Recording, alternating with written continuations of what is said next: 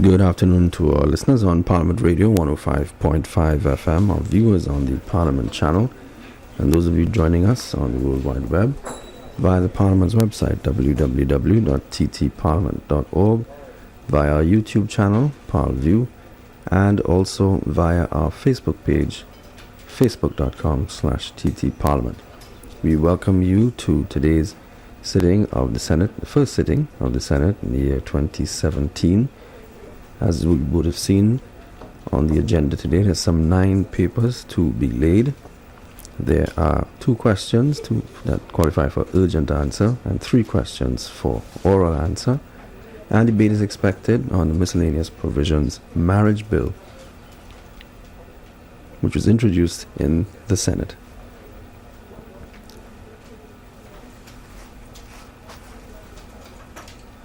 The doors to the chamber have opened, and so we take you over now for the start of the proceedings. The Honorable the President. We welcome you to the 7th sitting of the Senate in the 2nd session of the 11th Parliament that takes place on Wednesday, January 11th, 2017.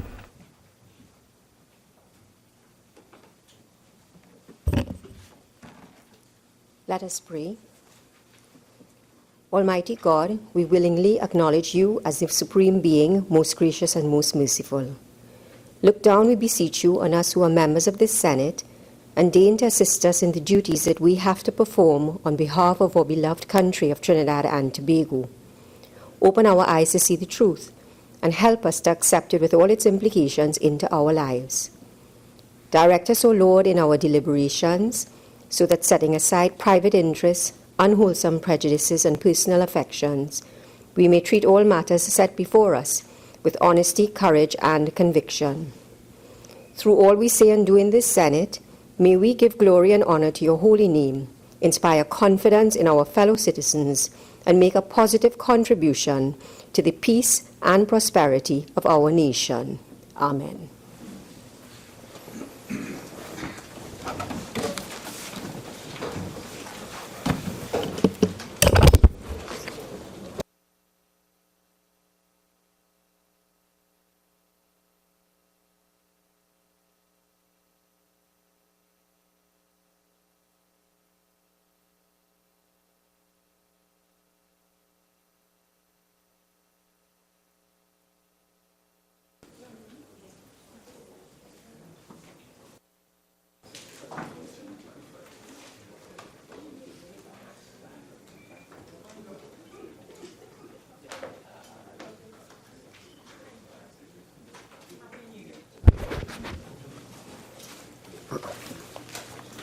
Announcements by the President.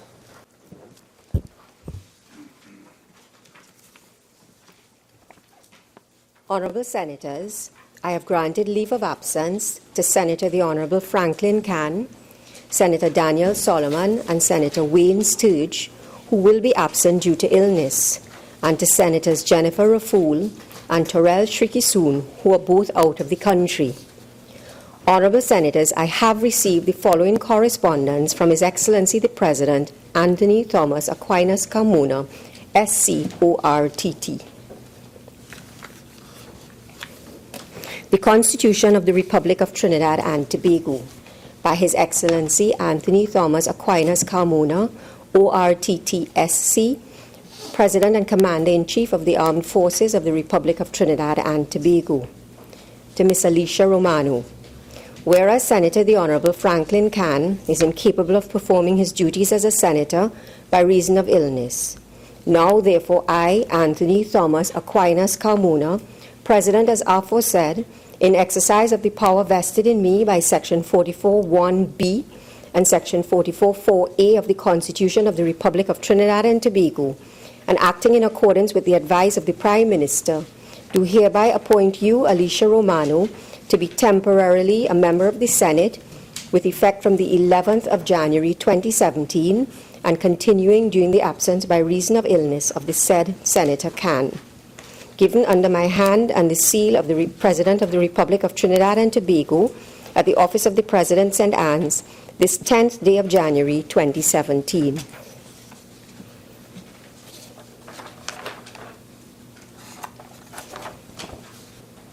to Dr. Waffie Mohammed.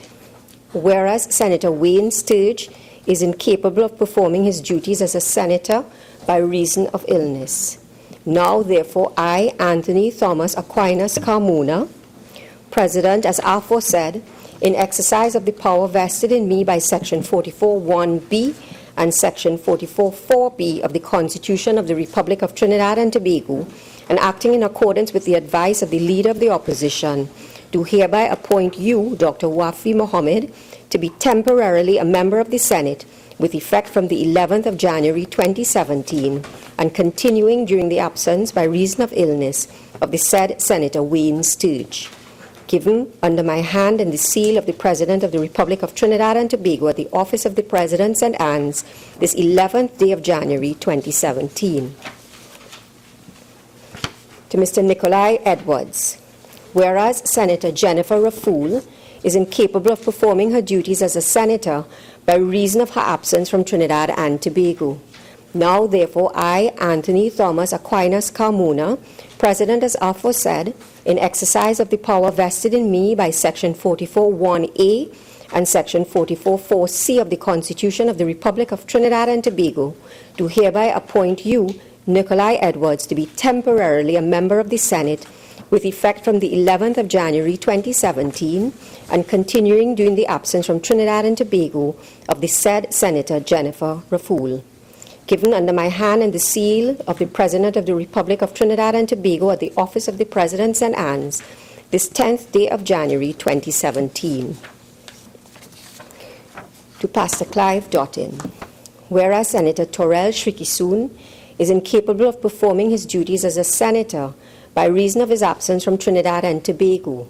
Now, therefore, I, Anthony Thomas Aquinas Carmona, President as aforesaid, in exercise of the power vested in me by Section 44(1)(a) and Section 44(4)(c) of the Constitution of the Republic of Trinidad and Tobago, do hereby appoint you, Pastor Clive Dottin, to be temporarily a member of the Senate with effect from 11th of January 2017 and continuing during the absence from Trinidad and Tobago of the said Senator Torel Shrikissoon. Given under my hand and the seal of the President of the Republic of Trinidad and Tobago at the office of the President St. Anne's this 10th day of January 2017. Honourable Senators, we are to receive one further instrument of appointment, so that when we receive that, I will revert to this item, but the Senators are now required to take the oath.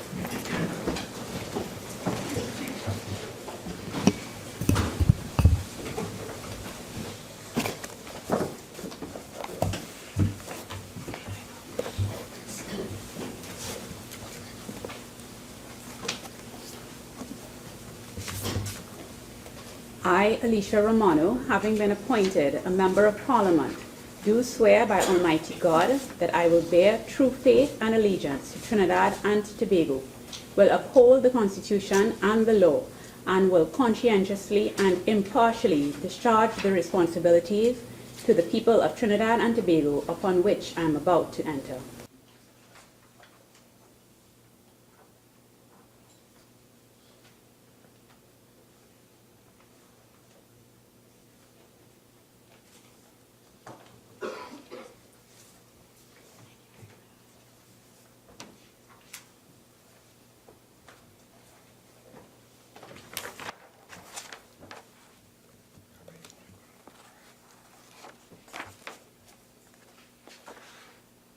I, Maulana Waffie Mohammed, having been appointed a Member of Parliament, do swear by Almighty Allah that I will bear true faith and allegiance to Trinidad and Tobago, will uphold the Constitution and the law, and will conscientiously and impartially discharge the responsibilities to the people of Trinidad and Tobago upon which I am about to enter.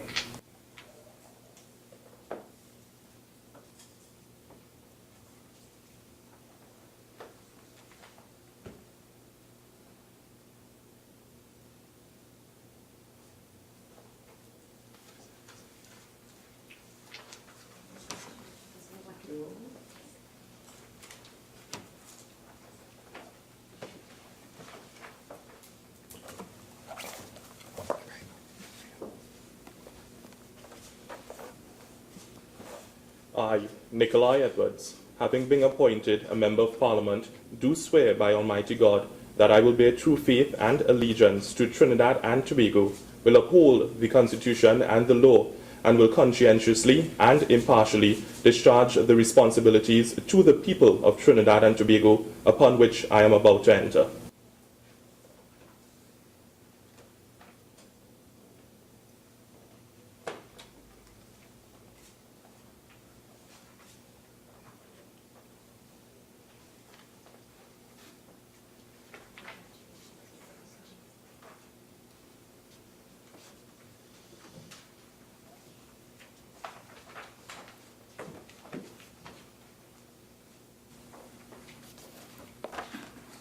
I, Clive Dottin, having been appointed a Member of Parliament, do swear by Almighty God that I will bear true faith and allegiance to Trinidad and Tobago, will uphold the Constitution and the law, and will conscientiously and impartially discharge the responsibilities to the people of Trinidad and Tobago upon which I am about to enter.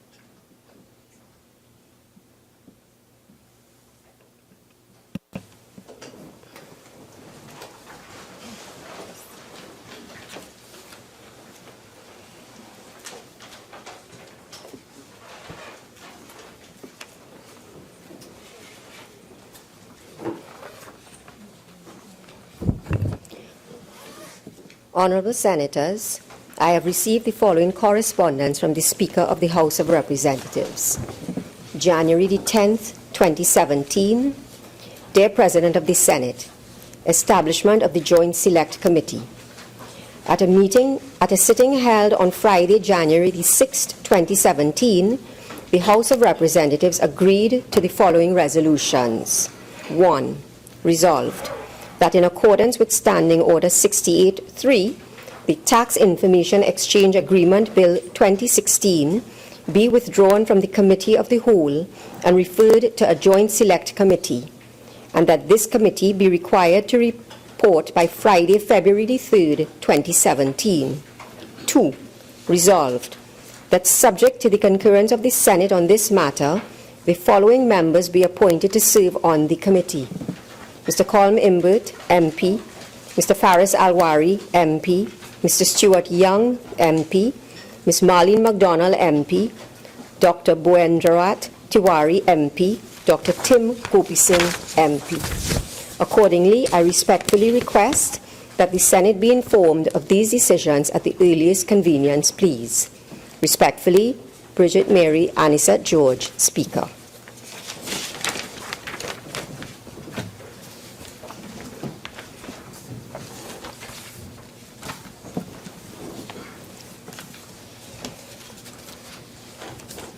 Honorable Senators, as you are aware, two former senators passed away. Mr. Surendranath Capildeo passed away on December the 24th, 2016, at the age of 76, and Mr. Nicholas Simonette passed away on December the 29th, 2016, at the age of 91. I will now invite you to offer tributes, and may I suggest that we begin with the tributes to former Senator Capildeo. We'll deal with that, and then we will deal with the tributes to former Senator Simonette. Minister of Agriculture. Madam President, thank you for the opportunity to say these few words in tribute to former Senator Capildeo. Madam President, there is no debate that former Senator Capildeo was an extraordinary person. This has nothing to do with his lineage, he coming from the Capildeo, Naipaul, Tiwari clans. It had to do with his extraordinary capacity for argument, debate, engagement, the occasional saber-rattling, and bravado. Senator Capildeo's spectrum was wide. Personal recollections of the lives and activities of the infamous Dr. Dalip Singh and the controversial Bade Sagan Maharaj, larger-than-life expositions of the characters and characteristics within Naipaul's Miguel Street, and deep, detailed, and strongly argued notions on Hinduism, politics, law, the legal profession, and even the most innocuous activities and habits of us, Trinidadians and Tobagonians. Senator Capildeo's oral and written contributions cannot be fully catalogued or recounted in a few minutes. What can be recalled is his physical stature, penetrating voice, and his consummate attention to debate and advocacy. On behalf of the lawyers amongst us, and from all of us in the government, we reflect upon a life lived to the fullest and a contribution well made. To his friends, family, and every life that he touched, we extend our condolences. May his soul rest in peace. Amen. Senator Mark. Madam President, it is with a heavy heart,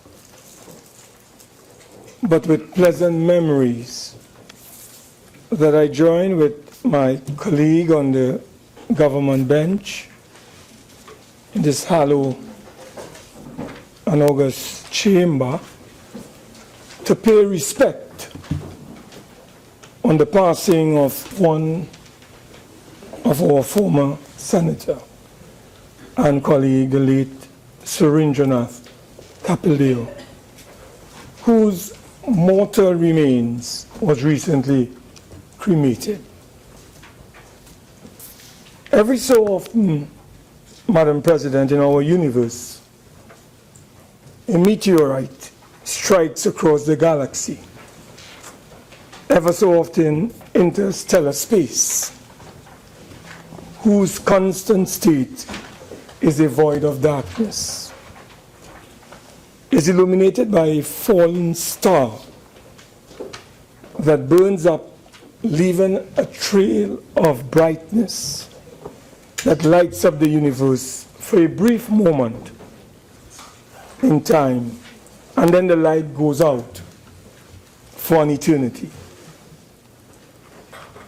There are considerable similarities with developments in interstellar space with what goes on in our sphere of existence and place of human activity called planet Earth.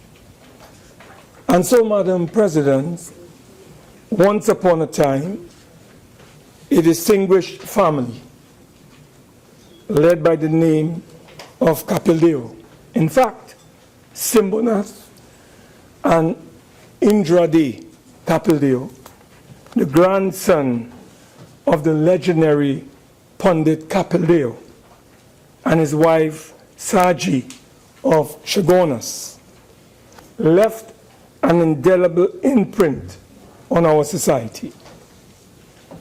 Our dearly beloved brother could not have ascended to the level of a daughter in his transition to another realm, where he now sits in council with his ancestors and with his Brahma. When we review the antecedents of this great individual, we see, Madam President, that he was the nephew of Surendranath Capildeo, who was a first cousin of the legendary Nobel writer V.S. Naipaul.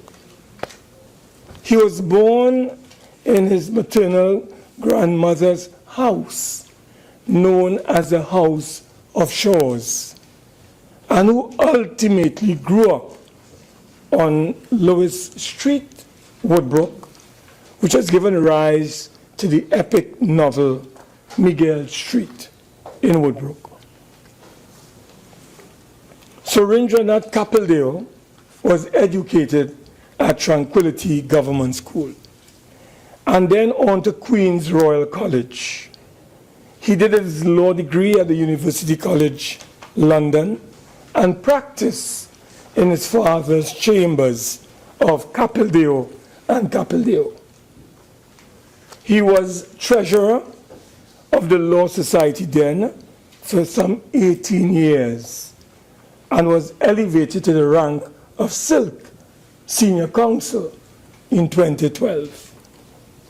His career in the realm of politics was a long history of excellence in representation, which commenced with the DLP in 1976 when he contested the St. Augustine seat. He became a UNC senator sitting next to me during that period, 1991 to 1995. In his sojourn, or in his travels, in the world of politics, enabled him to be associated with luminaries such as Bastio Pandey, Ramesh Lawrence Miraj, and in his closing stages of his career, he was an ardent supporter of the Congress of the People. He was a delightful orator whose capability in this region was frequently and widely manifested in his numerous passionate speeches and at social functions in the wider community.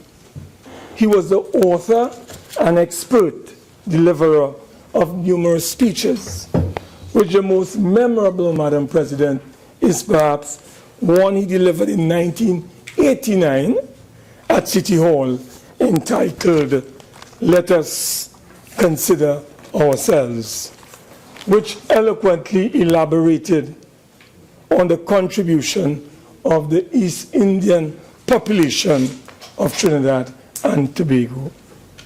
His initial classic, The Lotus and the Dagger, chronicles eloquently his numerous speeches which were delivered over the years. In his service to the community and the nation as a whole, he was an important member of the Mahasabha, including being president of its youth arm. He was also the president of the Hindu Mandir of St. James for many years. The Capildeo family was involved in the management of the said Mandir for over 50 years, Madam President. In its management of the Mandir, the Capildeo family was an equal opportunity proponent. Few of us, Madam President, would recall that it was Mrs. Capildeo, his mother, who, on the advice of and recommendation of his great-grandmother, agreed to allow the Confederation of African Associations of Trinidad and Tobago, better known as COAT, to hold one of its emancipation interfaith service at that Mandir in St. James. Madam President, I learned it was the first time that 11 different religious denominations prayed at the Mandiri on an occasion which celebrated a very important cultural activity, that is emancipation. And all of this was done with the encouragement of the Secretary General of the Mahasabha. Madam President, Surendranath Capildeo embodied that spirit of openness, expansiveness in all his social, economic, and political undertakings. In fact, it was his badge of honor, indeed rather, a true reflection of his cultural antecedents. He was well known in international circles, having contributed to many international publications and local newspapers. He was well versed in Hinduism, which of course is understandable given the fact that his father was an authority on Hinduism.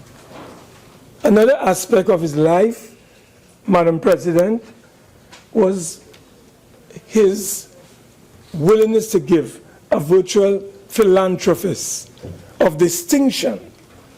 Madam President, he was an ardent proponent of conservation of historic buildings, indeed a friend of the conservationists.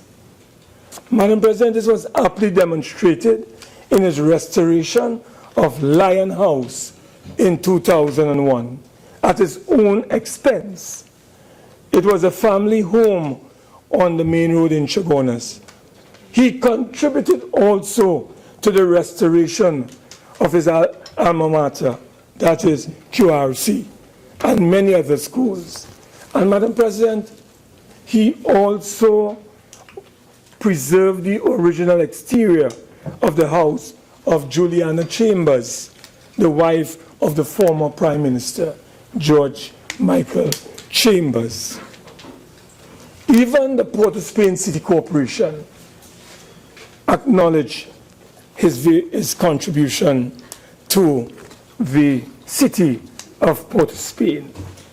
His contribution was also acknowledged by the Mahasabha when the school called Capildeo Tunapuna Hindu School was named after his family. Madam President, he was honored by the National Council of Indian Culture at Diwali celebrations in 2006. There's no doubt, in closing, that we have lost a star, a stellar performer in every facet of life, both privately and publicly. Indeed, a star has pitched from the earthly realm into the heavenly firmament. The meteorite has blazed the sky. It has lit up the firmament. The length of his incandescent stream would lit up over societal space for many years to come. He is irreplaceable. His contribution has been immeasurable and will be unmatched for many years to come. In closing, Madam President, finally, we on this side, on behalf of the Leader of the Opposition and my colleagues, express considerable empathy and sympathy to the Capildeo family, and indeed his wider family, in their period of grief. We also join with our colleagues in mourning his passing, and we record his invaluable contribution to the growth and development of our nation. May his soul attain the state of moksha. I thank you, Madam President. Thank you, Madam President, for the opportunity to offer my own condolences to the wife and children of the former Senator Surendranath Capildeo, Senior Counsel, The words and condolences which I offer are extended on behalf of all of my colleagues who sit on the independent bench with me. Much has already been said about the late senator, so I will keep my words few. I must say that despite his heavy legal practice,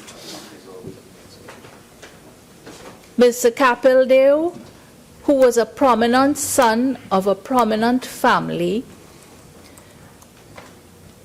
was one of the persons who had a great impact on our country's development in a unique and peculiar way.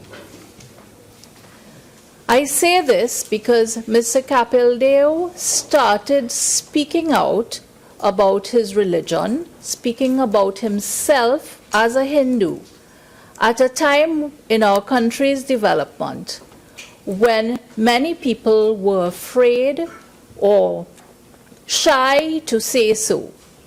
I think he gave many young Hindus the confidence to speak about their religion by his own example. I know that while he was a politician for a brief time in the Senate and a politician all his life outside of the Senate, the Prime Minister under whom he served, the former Prime Minister Basdeo Pandey, had once observed that if Mr. Capildeo had to be remembered for one thing, it would be for his promotion of Hinduism in this country.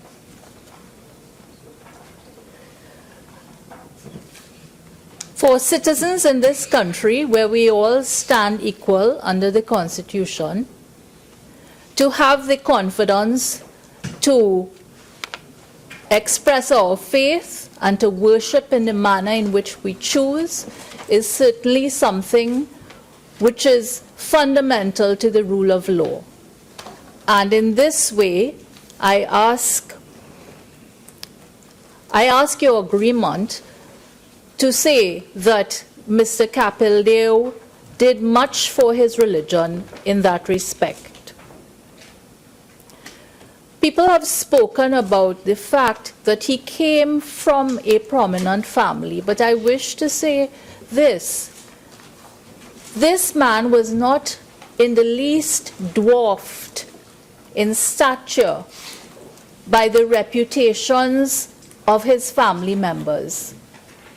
His contribution to the nation and to nation building was spread across so many fields of endeavor in our society that certainly he was a citizen who had a reputation which is very hard to emulate or to live up to.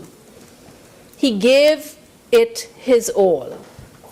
It's true to say that he was at times acerbic, colorful, controversial, leonine in appearance, and I think he took great delight in the use of words, and he took great delight in articulating arguments and ideas for debate. This was his way of seeking to lift the intellectual life of our country, and I think we have to be grateful for that. May I end by saying that this lion has gone to rest, and through you, Madam President, I wish to offer my sympathies and the sympathies of the members of this bench to the family of the late Suren Capildeo.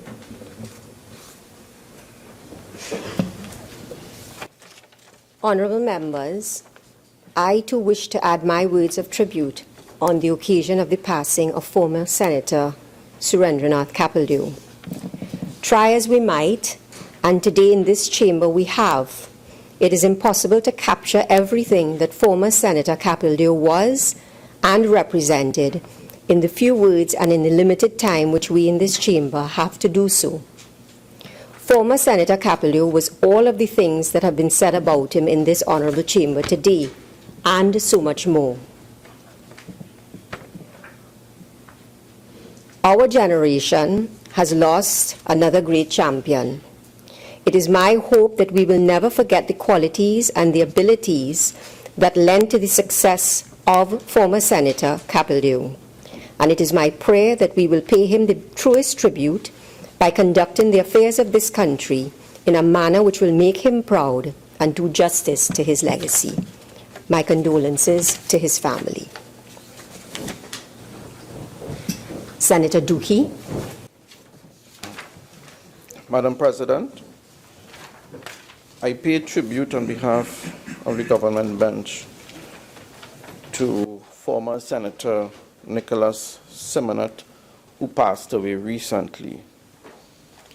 This distinguished gentleman served in this honorable institution in the first, second, and third independent parliament of Trinidad and Tobago, which embraced the period December 29, 1961 to June 19, 1976. A family person married with 6 children, grandfather of 9, great-grandfather of 7. His outstanding careers include that of being a teacher, where he would have added value to the lives of many young children, many of them today who lead and led successful families and successful careers.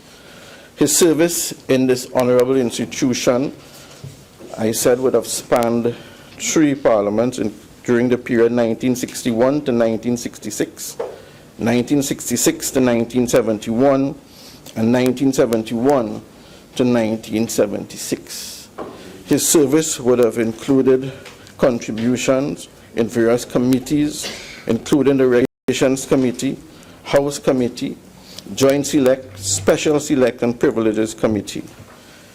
Also in this honorable institutions, Mr. Simonette would have contributed to many debates, lending his learning and knowledge to the benefit of the nation. Mr. Simonette was well known as an event promoter, having organized the first and only visit of the legendary boxer Muhammad Ali, deceased, to Trinidad and Tobago for 3 days. And included in that contingent which visited Trinidad and Tobago was also the equally legendary boxing trainer Angelo Dundee. Mr. Simonette was also well known as a promoter for the development of local and regional talents. Indeed, this gentleman, who was also a gentle giant, served with outstanding distinction as General Secretary of the People's National Movement during the period March 19, 1962 to January 15, 1978, and was a chief pioneer of the bi-local competition organized by the movement with great success. His leadership, organizational and people skills, and his acumen for organizational restructuring were well known and benefited the many institutions he served, including the institution of government and the institution of the People's National Movement. So, Mr. Simonette made his mark and his contribution to the nation and the People's National Movement, and accordingly, the People's National Movement honored him at its anniversary celebrations in 2012. So whilst we are saddened by his passing, we take the opportunity to offer sincere gratitude to his family for allowing him to serve the nation so diligently for such a large part of his life. So on behalf of the government led by Prime Minister Dr. the Honorable Keith Rawi, we offer our heartfelt condolences to his wife, his children, extended family and friends, and wish them God's grace during this time. And further, we wish them God's richest blessing in all their endeavors. May his soul rest in peace. Senator Mark.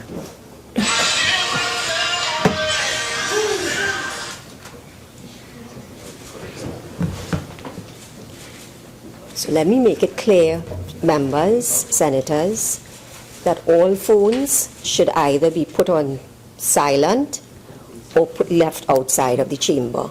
I'm not going to tolerate a repeat of the last sitting that we had. Okay? And can I just ask your ringtones to change to a normal little ringtone and not a whole piece of music that I have to hear? You know? Thanks very much. Senator Ma.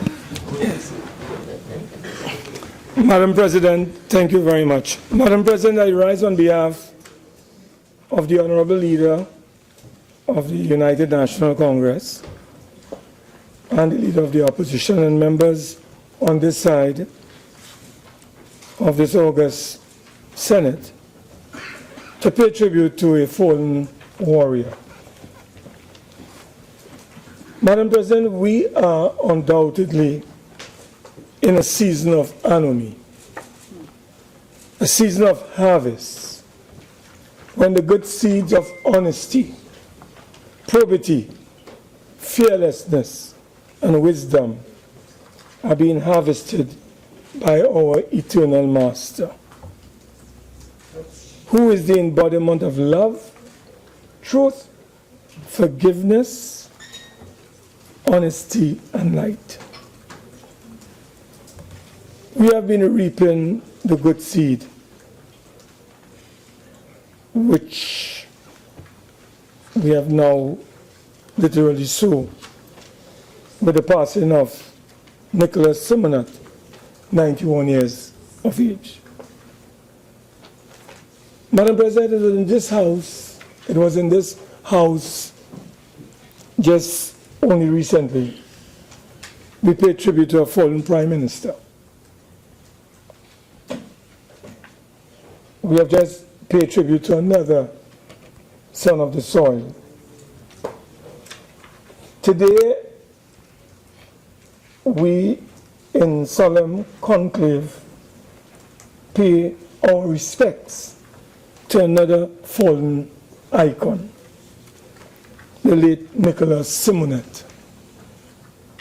We all know that the late Nicholas Simonette was an unrepentant PNM, a foundation PNM. He held the post of General Secretary of the PNM for many years. Nicholas Simonette was also a man of many parts. He was multi-talented and excelled in everything that he set his hands, heart, and mind to. No greater example of his greatness and unbridled pursuit of quality and elegance as is reflected in his choice of spouse and also reflected in his children and his many friends who have been left to mourn his passing. Madam President, who really is this fallen icon? This man who has lived beyond the proverbial 70. And Madam President, who to employ cricketing terminology, went on to score another 21 runs in fine style, as only he could have done. He was a Southerner, like you, Madam President, of distinction, having lived in our southern peninsula of Cedros, where his family was well known. His roles as General Secretary of his party and that of teacher in his professional calling were all superbly executed. I will not elaborate on how it can be claimed that he was the ultimate General Secretary of any party and of all times in the history of our country. I will leave that to the stalwarts on the other side of this Honorable Senate to unravel and to decipher. The Hansard record of our august Senate will forever chronicle his towering and monumental contribution to the debates in this Senate. And I wish to implore senatorial colleagues to research and read them. Being the multifaceted personality that he was, it is perhaps in the sphere of culture and identification with his cultural heritage that he was one of the original flag bearers.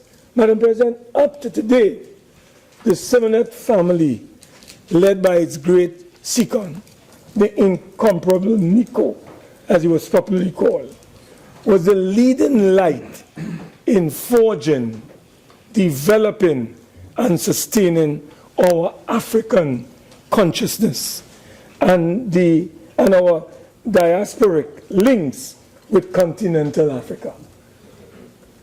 Madam President, the Simonette family, led by the late Nicholas Simonette, was one of the preeminent leaders in our African community whose love for Africa and its culture was unsurpassed. When the late Uni of Ife visited in 1988 to celebrate the 150th anniversary of emancipation at the invitation of the Confederation of African Association, led then by one Patrick Edwards, Nico and all the members of his family made a monumental contribution to ensure that the visit of the first Yoruba king and spiritual head from Nigeria was well received. And in so doing, Madam President, contributed to the development of our African consciousness and a more profound awareness of the grandeur and majesty of our African ancestry. Given his antecedents and his cultural roots, it did not blind him to an awareness and appreciation of other cultures which comprise our polyglot society. He was a steel pan enthusiast. He sought to promote steel band music and calypso music, and to promote the steel band fraternity as a whole. He developed a sense of self-worth and respectability in our society. He brought numerous international groups and artists to our shores. He was in his day undoubtedly the doyen of cultural confraternity in our country. Madam President, during his period as a senator, he was a member of numerous parliamentary committees, and together with former Simonette Capildeo, were responsible for the successful passage of many pieces of legislation in the Senate. Together, they were involved in the passage of over 21 bills.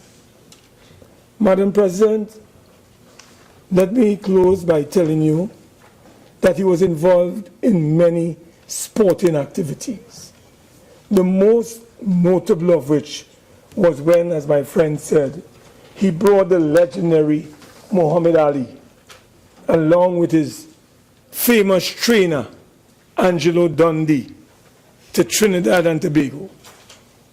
Madam President, our country has undoubtedly lost a great son of the soil, a great patriot, an unparalleled promoter of the art and culture, a true Africanist, but above all, an unsurpassed nationalist. And in every sense of the word, Madam President, a Trini to the bone. Madam Speaker, may his soul find, Madam President rather, may his soul find eternal rest in the bosom of his ancestors. And may Olodumare, in his infinite wisdom and mercy. Welcome him in that very ethereal mansion in the sky. Ashi.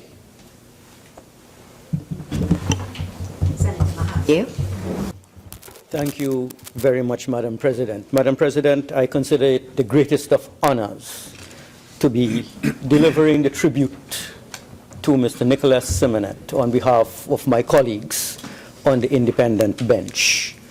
I never met Mr. Simonette, but I knew his name growing up. And researching his background, I have unearthed the fact that, as indicated by colleagues prior, he served in the very first Senate in the Republic of Trinidad and Tobago. In fact, on the very first day that the Senate sat in our Republic, 29th of December, 1961, Mr. Simonette was a member. And for 3 terms in this chamber, from 61 to 76, 3 continuous terms for 15 years, which is an extremely long time for a senator, Mr. Simonette served this chamber in a manner that today, Madam President, we take for granted. Because I took the liberty of reading some of the Hansard contributions, not of Mr. Simonette, surprisingly, but of what members who worked with him on the other benches had to say about him. He was the consummate consensus builder. You would be hard-pressed to find in the records an opposition senator or an independent senator indicating that he was not the go-to individual to resolve difficulties.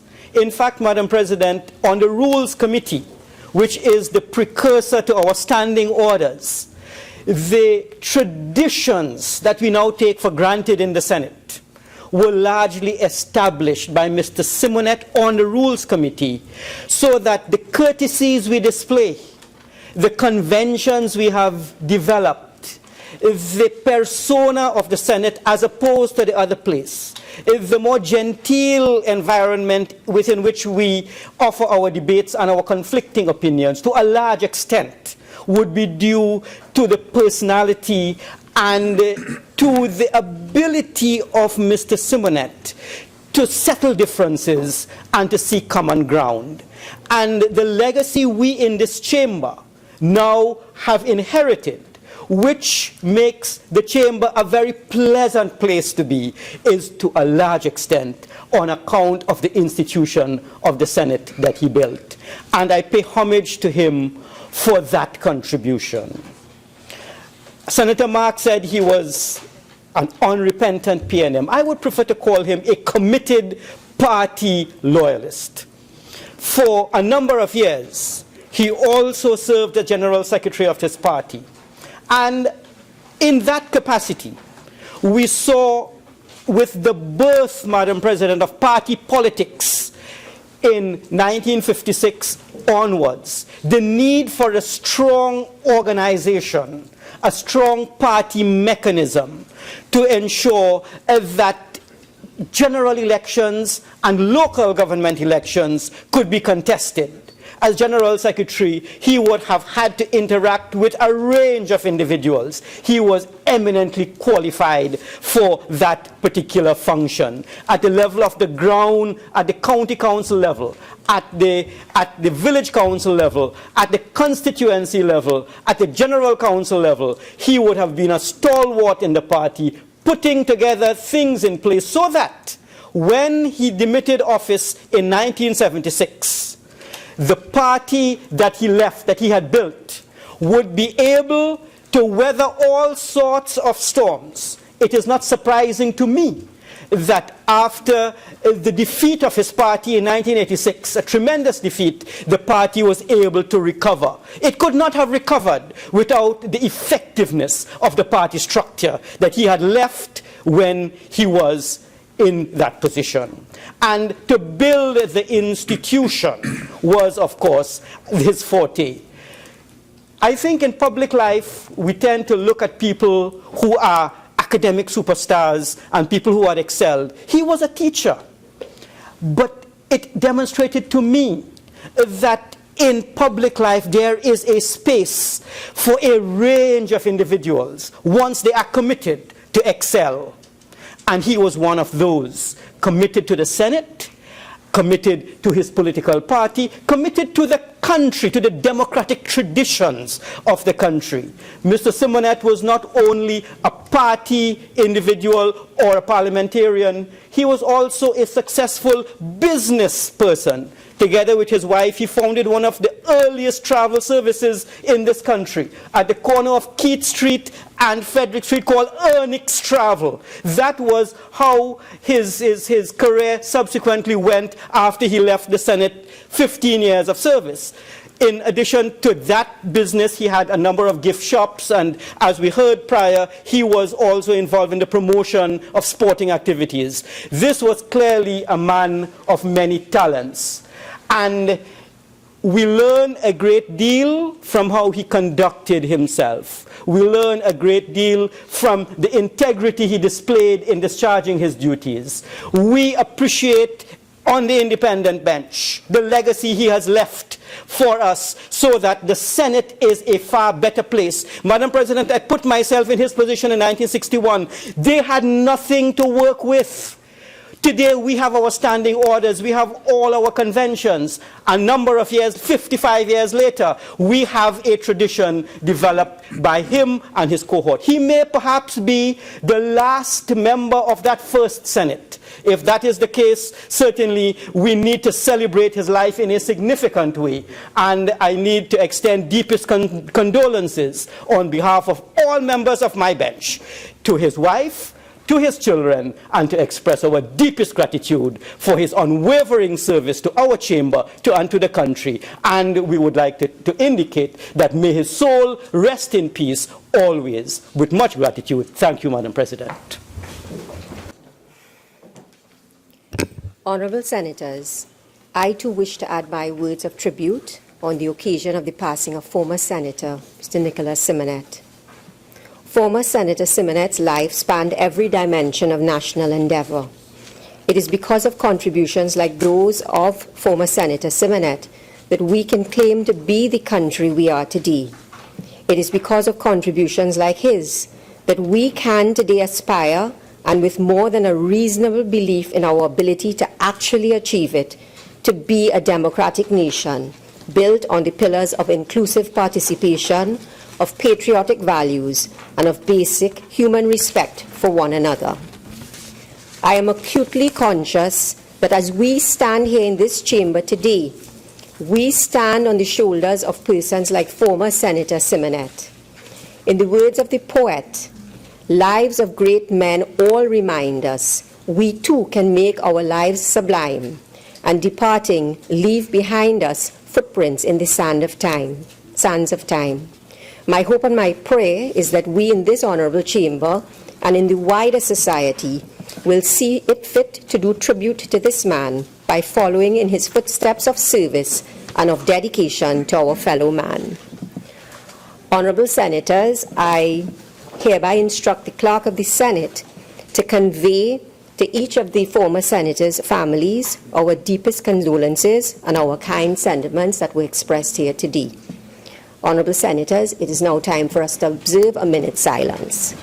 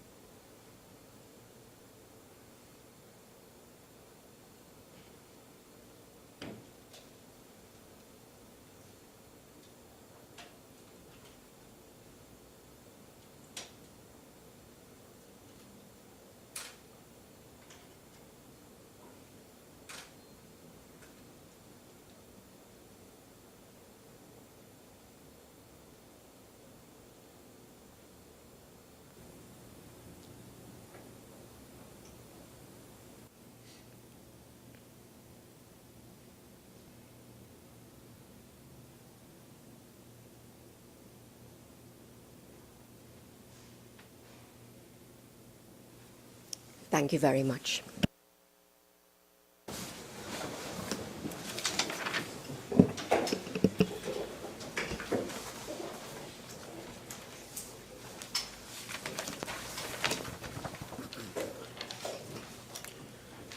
Bills brought from the House of Representatives, petitions, papers. Acting Leader of Government Business. President, I have the honor to lay on the table the following papers as listed on the order paper and supplemental order paper in the name of the Minister of Finance. The annual report of the Trinidad and Tobago International Financial Centre Management Company Limited for the year ended September 30th, 2016. The audited financial statements of Evolving Technologies and Enterprise Development Company Limited, ETEC, for the years ended September 30th, 2013. The annual audited financial statements of Caroni 1975 Limited for the financial year ended June 30th, 2016. The annual report of the Financial Intelligence Unit of Trinidad and Tobago for the year ended September 30th, 2016. And the audited financial statements of CLICO Investment Fund for the financial years 2014 and 2015. Attorney General. I have the honor to lay on the table the following paper listed on the supplemental order paper and standing in my name, the Criminal Procedure Amendment Rules 2016. Vice President. Madam President, I have the honor to lay on the table the following papers listed on the supplemental order paper in my name. The response of the Service Commissions Department to the first report of the Public Administration and Appropriations Committee on an examination into the current expenditure of ministries and departments under 3 subheads: current transfers and subsidies, Development Program Consolidated Fund, and Infrastructure Development Fund.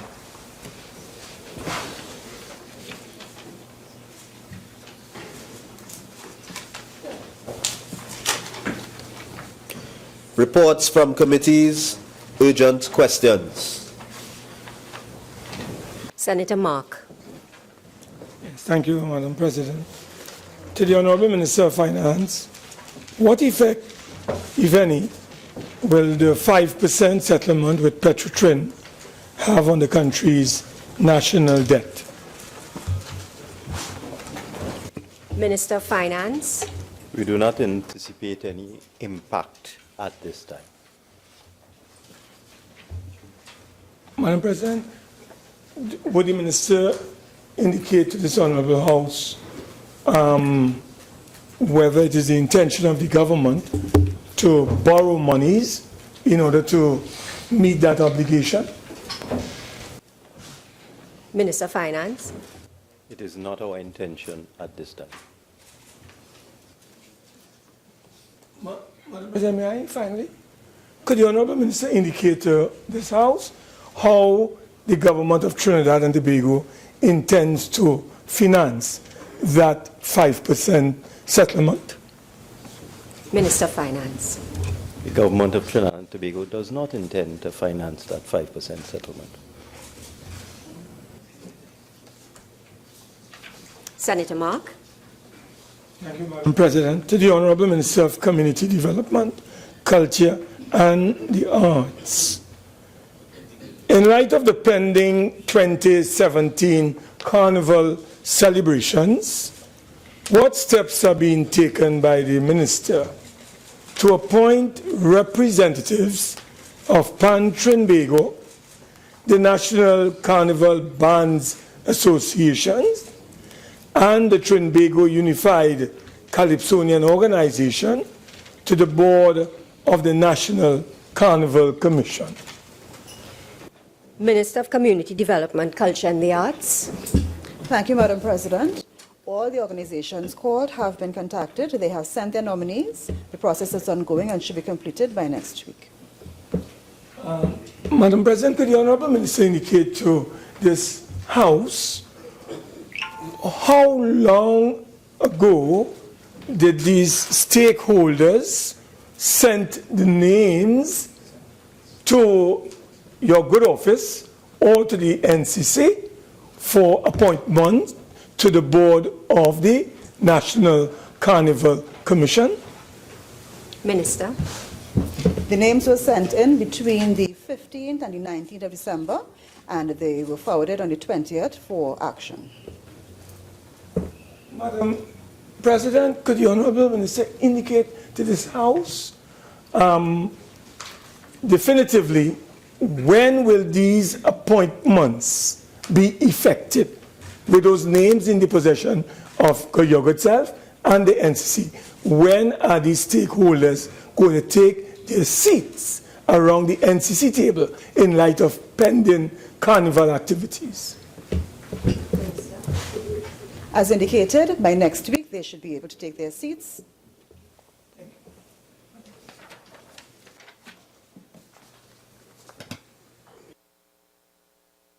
Notice. Acting Leader of Government Business. Madam President, the government will answer all questions or all oral questions on the order paper. With regard to question 7, the written response is now in circulation.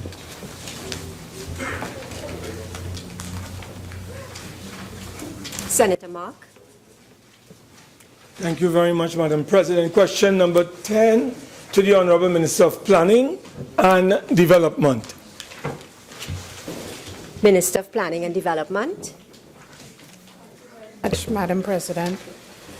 Madam President, the government has its commitment to cane farmers, and as such, Cabinet by minute number 40 of August 4th, 2016, agreed to the payment of the sum of $57,965,675 to cane farmers as the final settlement to the 2007 transitional payment out of the sugar industry.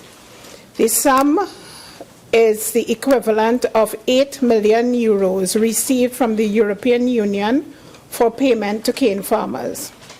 By letter dated September 20th, 2016, Mr. Sundaresan Sipasad, President of Direct Delivery Cane Farmers Cooperative, agreed to accept on behalf of himself and his members the offer of government to settle payments under tranche 2 and 3 as agreed to by Cabinet. These outstanding payments represent tranches 2 and 3 under the agreement with the previous government in 2015. The payment of tranche 1 continues. At a meeting on September 20th, 2016, between the Permanent Secretary, Ministry of Planning and Development, and Mr. Sipasad, Mr. Sipasad agreed to the formulae for the distribution of the approved sum of $57,965,675 to cane farmers. The main features of the compensation package are as follows. 2,324 farmers will be eligible to receive payments under tranches 2 and 3, an amount equal to 53% of the sum of tranches 2 and 3 will be paid. A minimum payment of $12,000 will be paid. In this compensation package to former cane farmers, the highest money value is a little over $500,000, and the minimum payment or lowest payment is $12,000. It is in keeping with the previous agreement and depends on the value of the cane farmer production. A breakdown of payments in ranges is as follows. The minimum payment of $12,000, 644 farmers will receive this amount. Between $12,001 and $100,000, 1,638 farmers will receive this amount. Between $100,001 and $200,000, 34 farmers will receive this amount. Between $200,001 to $300,000, 6 farmers will receive this amount. Between $400,001 and $500,000, 1 farmer will receive this amount. And between $500,001 and $600,000, 1 farmer will receive this amount. On September 25th, 2016, Mr. David Darsan, Vice Chairman of the Trinidad Island-wide Cane Farmers Association, advised via email that his membership is willing to accept the government's offer. I wish to take this opportunity to point out, Madam President, that although the two other organizations, namely the Cane Farmers Association of Trinidad and Tobago and the Cane Farmers Co-op Society, have not as yet accepted the offer of the government. This does not debar individual cane farmers from accessing the funds. Government has commenced payment to cane farmers from the proceeds of the 8 million euros, and to date, checks have been prepared for 97 cane farmers, which amounts to the sum of $2,430,306, and payments to cane farmers continues daily.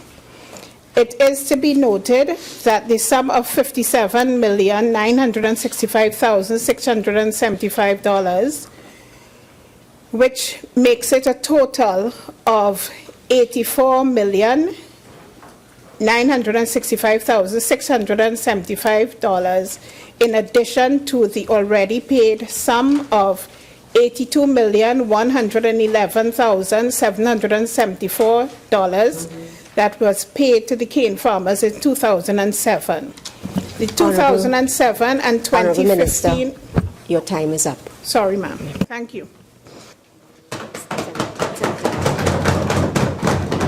Madam President, through you, before asking the Honourable Minister a supplemental, would the Honourable Minister, through you, Madam President, be so kind to circulate your paper in terms of the remaining parts of the answer that you were giving? May I ask, through the Honourable President, what efforts, Madam Minister, are being made to ensure that the two other cane farming bodies are able to meet with your good self and the government with a view to having this matter finally settled, right? So all cane farmers would enjoy the benefits of this agreement that you have mentioned and receive the necessary payments. Minister. Thank you very much, Madam President. Madam President, I'd like to indicate that we have indicated that all cane farmers can come in individually and receive their payments. However, there has been a pre-action protocol letter issued by Ms. Senator Ramdeen, which has indicated that the farmers will not be, some farmers are not willing to accept the amount, but we have indicated that once farmers are interested, they could come in individually and receive. And we have indicated this to all farmers. Thank you very much, Madam President. Senator Ramdeen. Madam President, through you, could the Honourable Minister indicate to this Honourable Senate whether the Ministry of Planning has answered the pre-action protocol letter that was delivered to them, to which reference was made by the Honourable Minister, to date?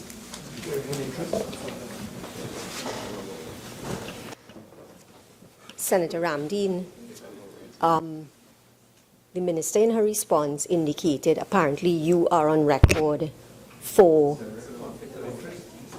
You are on record. Senator Ramdeen, please have a seat. That's all right. You're on record in this matter, correct? So... I don't think that the Minister has referred to the pre-action protocol letter, but I'm not sure whether it is proper for you to be asking these questions on this matter. Okay? Yes, Senator. I would like to ask the Minister, Madam President. You want to ask the Minister a supplemental question? Yes. Please do. The same question, in fact, Madam President. Question to the Minister. As to whether the pre-action protocol letter has been responded to. Minister. Thank you very much, Madam. The pre-action protocol letter was directed to the Prime Minister and to the Attorney General. And so I do believe it is before the Office of the Attorney General. Senator Ramdeen. Madam President, through you, could the Honourable Minister indicate to the Senate the reason why the Ministry of Planning only paid or only proposed to pay 53% of what was promised to the cane farmers pursuant to the Cabinet Agreement? Sorry. If you just permit me on a point of a matter of privilege to assist my learned colleague. My learned colleague hasn't yet declared a conflict of interest, but perhaps if he did, there would be no problem. Because when one has a pecuniary advantage to be gained on an interest on the floor of the Parliament or otherwise, it's proper to declare a conflict. Just to assist my learned friend with that declaration that perhaps ought to be made. Madam President, I am grateful to the Honourable Attorney General for the assistance. I have no pecuniary interest in this matter, but I do act on behalf of two of the interested parties that are referred to by the Honourable Minister with respect to those that with respect to the cane farmers, and that is a matter of public knowledge, my lady, and I apologize for not doing so earlier. In those circumstances, Madam President, if I can be allowed to ask the Minister again, what is the reason that the government only agreed to pay 53% of the promised sums of money that were due in tranches 2 and 3 to the cane farmers? Minister. Thank you very much, Madam President. Madam President, in 2007, the government of Trinidad, between 2007 and 2016, in fact, in 2007, the government of Trinidad and Tobago paid to the cane farmers, who are the ones who are still remain interested in further payments, the sum of $82,111,774. They have already been paid this amount. Madam President, between 2015 and 2016, the payments would amount to $27 million further for tranche 1, and the further sum of $57,965,675, which would be a further $84,965,675, making it a total of $167,449 to 2,324 cane farmers. Madam President, as you may be aware, the payments to the cane farmers was in order for them to transition from cane farming to other forms of agriculture or other industries. In fact, the 8 million euros was not intended to be a cash payment to cane farmers. However, the last government did agree that in January of 2015 that a further cash payment should be made to the cane farmers from the European Union grant, and that the government would increase the amount from the $8 million. This government, after the Ministry of Planning and Development brought this to the attention of the current administration, it was determined that the cane farmers, having received quite a substantial amount of money, and many of them having already transitioned out of cane farming, that the 8 million euros would be the only amount given in cash to the cane farmers, and that would be the end of the payments in cash. Further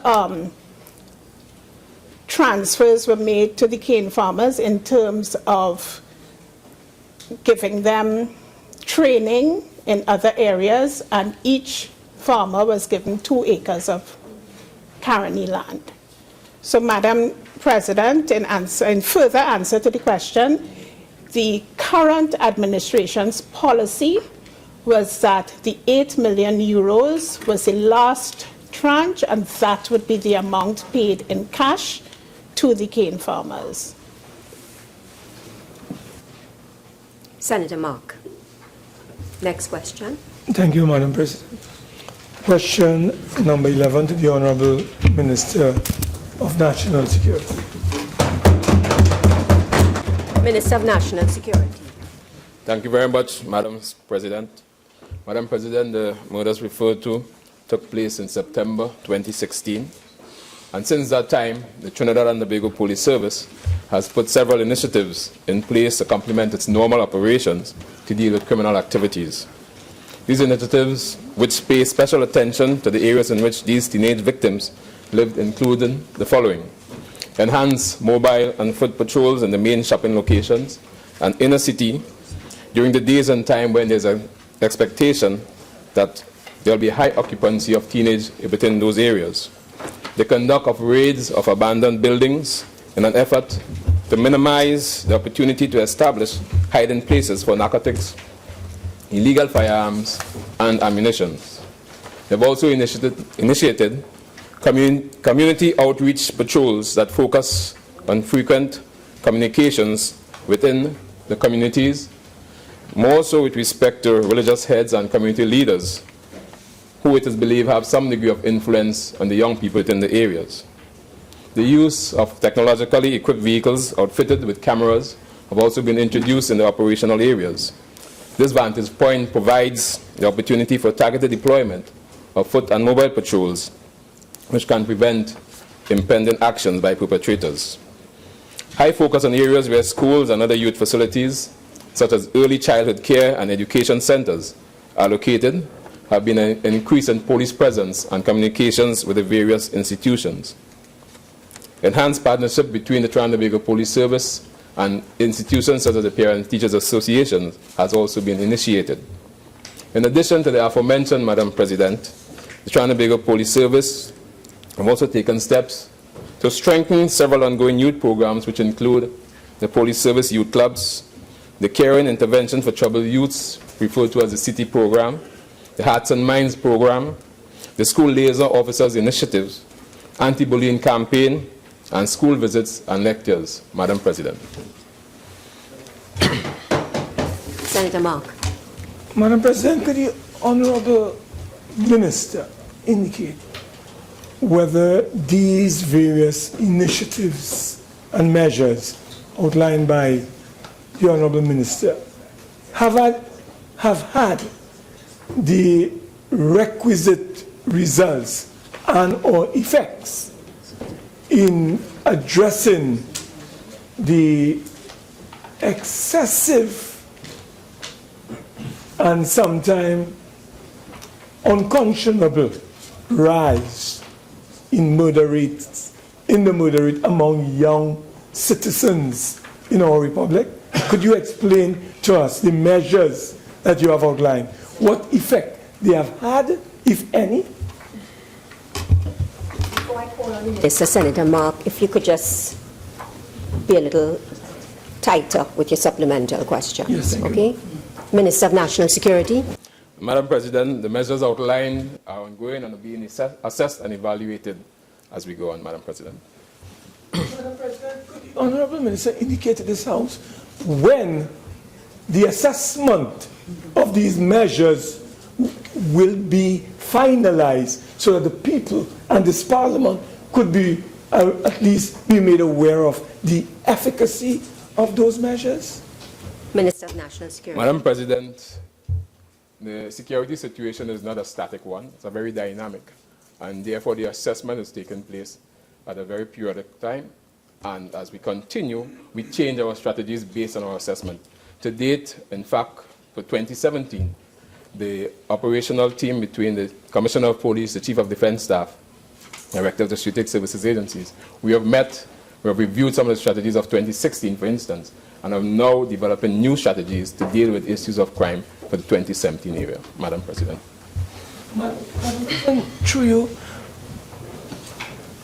could the Honorable Minister indicate to this House whether he's satisfied in 2016 with those measures having the kind of results that you would have wanted, Honorable Minister, or whether you are dissatisfied with the outcome of those measures as at the end of 2016?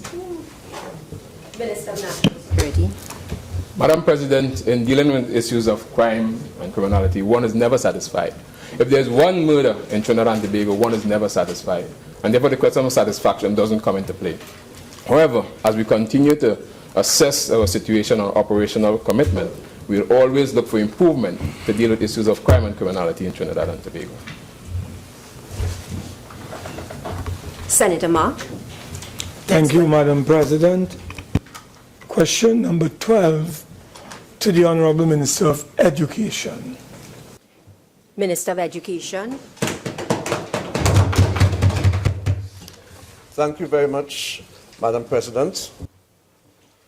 Madam President, the Superior Union Presbyterian Primary School construction project involves the construction of a new school at its present location at Lala Street, Superior, for a capacity of 420 students. The project is to be conducted in 3 phases as follows. Phase 1, construction of the main building, including administration and classrooms. Phase 2, decanting of the old school building into the new main building and demolition of the old school building. Construction of a second building, including classrooms, computer, art and science rooms, and the car park. Phase 3, demolition of the old administration building and the construction of the auditorium, cafeteria, library, and the computer rooms. Works on the projects were suspended on August 26, 2015, prior to the September 2015 general election, due to the non-payment of bills totaling $11,194,259.13, VAT exclusive, sorry. The project is 36% completed. Madam President, this project is one of many incomplete and suspended projects in government in September 2015. Under my watch, the Education Facilities Company Limited has embarked upon an exercise to authenticate outstanding claims for payment and to certify works completed. The Ministry of Education is committed to ensuring that contractors are paid for services rendered, and every effort is being made to source the necessary funding. Thank you very much. Senator Ramdeen. Madam President, could the Honourable Minister indicate how long has the process been to verify these works that were referred to in his answer, and how long, if it is not completed now, when do you expect that audit to be completed of those works? Honourable Minister. Madam Speaker, Madam President, as I had indicated in the other place, because of the enormity of this exercise, it has taken a long time. But I give the assurance, as I do now, that perhaps by Easter we'll have a completion of this project. Thank you.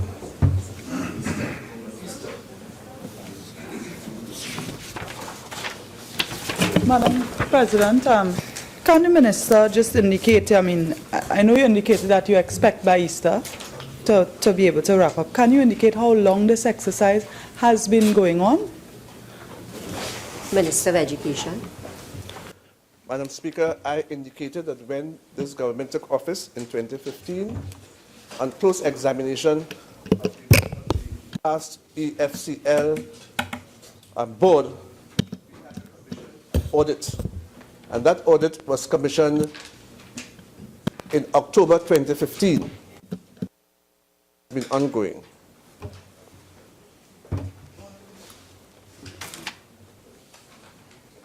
Honourable Senators, you may recall that I indicated we were awaiting one further instrument of appointment. I'm now in possession of it, so I would like to revert to item 3 on the order paper. So I will now read the instrument. By His Excellency Anthony Thomas Aquinas Carmona, ORTTSC, President and Commander-in-Chief of the Armed Forces of the Republic of Trinidad and Tobago. to Mr. Badis Sitahal Miraj. Whereas Senator Daniel Solomon is incapable of performing his duties as a senator by reason of illness. Now, therefore, I, Anthony Thomas Aquinas Carmona, President as aforesaid, in exercise of the power vested in me by Section 44(1)(b) and Section 44(4)(b) of the Constitution of the Republic of Trinidad and Tobago, and acting in accordance with the advice of the Leader of the Opposition, do hereby appoint you, Badis Sitahal Miraj, to be temporarily a member of the Senate with effect from the 11th of January 2017 and continuing during the absence by reason of illness of the said Senator Daniel Solomon. Given under my hand and the seal of the President of the Republic of Trinidad and Tobago at the office of the President, St. Anne's, this 11th day of January 2017. Honorable Senators, a senator is required to take the oath.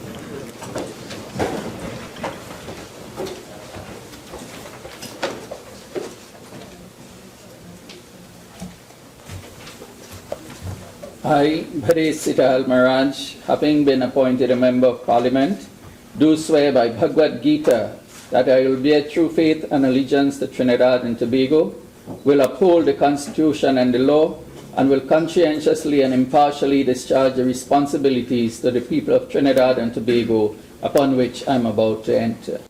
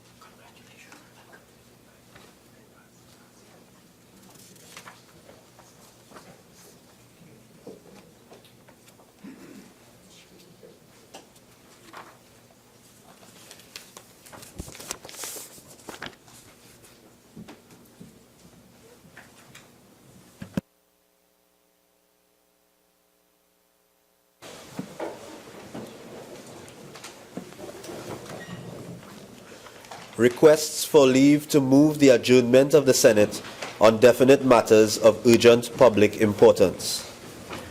Senator Mark. Thank you, Madam President.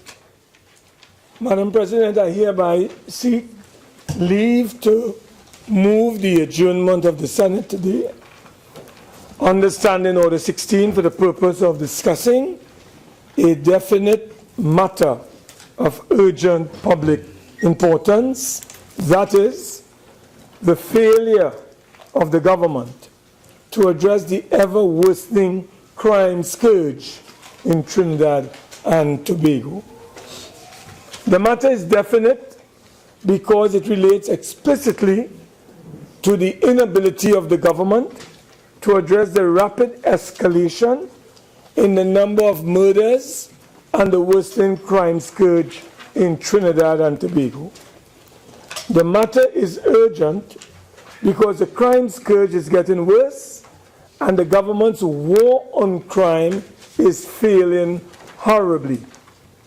It is urgent, Madam President, because it has not been 11 days, today in fact is the 11th day of the year, into the new year, and already 11 persons have been murdered, including several of whom were shot at a birthday gathering, with 3 of our citizens being killed and another 3 injured.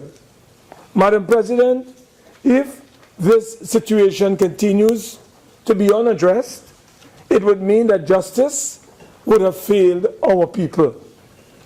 The matter is of public importance because the increasing number of serious crimes is provoking widespread fear and distress in our country.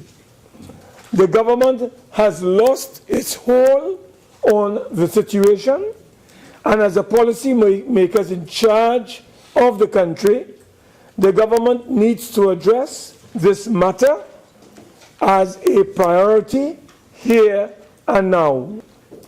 With each passing day, spouses are being made to mourn their loved ones. Our parents are losing their children, and our children are losing their parents. Madam President, our society has lost faith in the government ability to address and arrest this growing crime epidemic.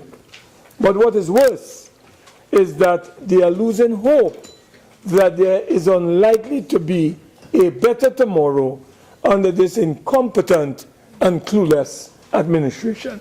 I beg to move, and I thank you, Madam President. Honourable Senators, I am not satisfied that this matter as presented qualifies under this standing order.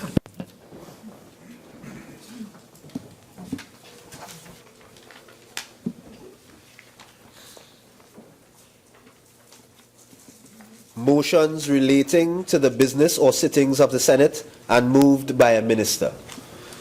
Acting Leader of Government Business.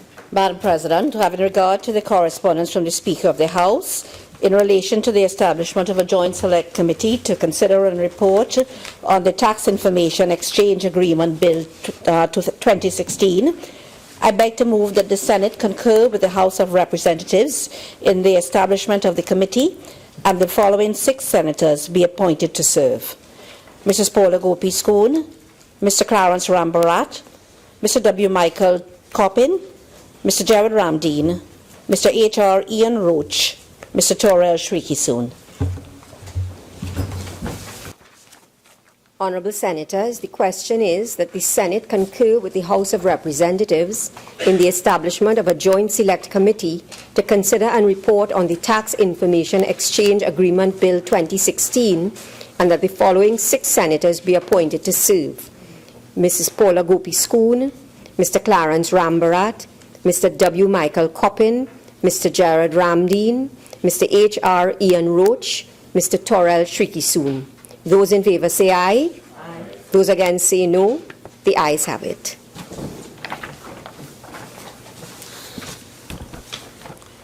Public business, government business, bills second reading. Attorney General. Thank you, Madam President. I beg to move, Madam President, that a bill entitled An Act to Amend the Marriage Act, Chapter 4501, the Muslim Marriage and Divorce Act, Chapter 4502, the Hindu Marriage Act, Chapter 4503, the Orisha Marriage Act, Chapter 4504, and the Matrimonial Proceedings and Property Act, Chapter 4551, be now read a second time. Madam President, may I, by order of first entry, say to the Honourable Senate, through you, that I wish all members a very bright and prosperous new year. God willing, this year will see Trinidad and Tobago take steps in directions that have not been taken before, and certainly in a move to reclaim decency, good order, and good governance for all of our citizens. Madam Speaker, Madam President, the bill before us is one which has been long in the making.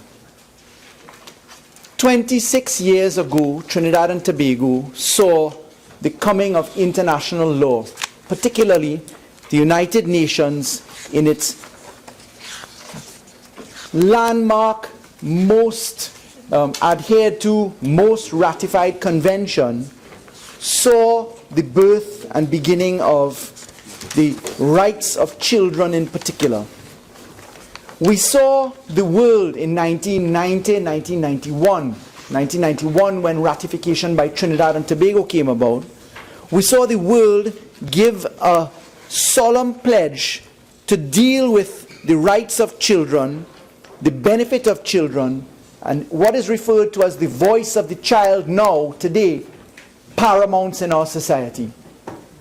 We're here today to amend 4 pieces of law. 4 pieces of law which essentially deal with the rights and privileges of the contract of marriage, and then a fifth piece of law which deals with how the lacuna in law is to be tied up in relation to matrimonial proceedings themselves. But these four pieces of law, Madam President, really give us a good example of Trinidad and Tobago when we say in our national anthem, every creed and race finds an equal place. In 1923, we saw the Marriage Act, now called Chapter 4501. That was some 94 years ago. A piece of law amended some 18 times last in 2013. We saw next coming on deck the Hindu Marriage Act, Chapter 4503, Act number 5 of 1945, some 72 years ago, amended 9 times, last in 1993. We then had in 1961 the Muslim Marriage and Divorce Act, which saw only 4 amendments, last again in 1993. And then we had in 1999 the Orisha Marriage Act, now called Chapter 4504, which has never been amended. These 4 pieces of law represented for Trinidad and Tobago the evolution of acknowledgement of the rights of our citizens, in particular as it relates to the freedom of religious belief and practice.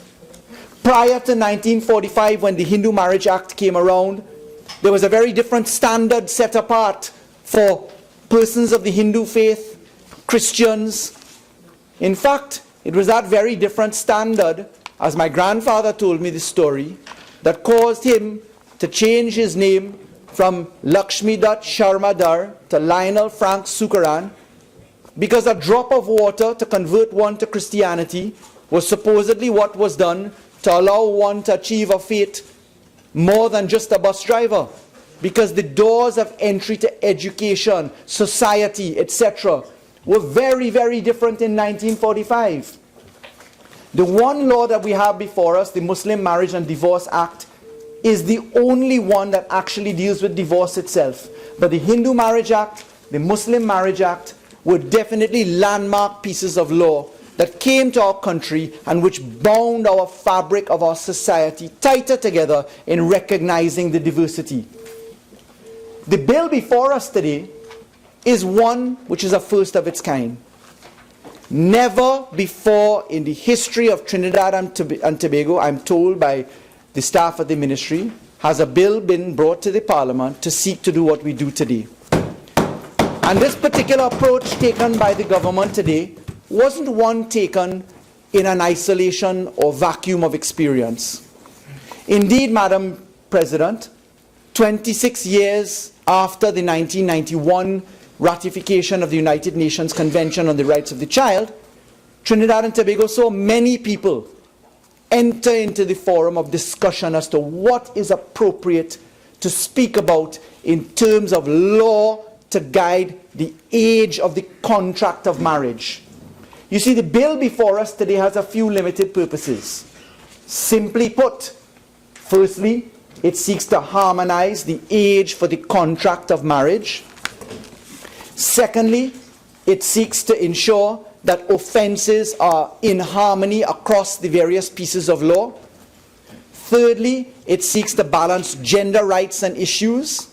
Fourthly, it seeks to ensure that the penalties are updated by way of offenses, and that where there are loopholes in some of the laws, that too is harmonized. Then next, it seeks to advance an omission which was left in the Matrimonial Proceedings and Property Act, where the Orisha was not mentioned in section 13 of that law, perhaps just by mistake.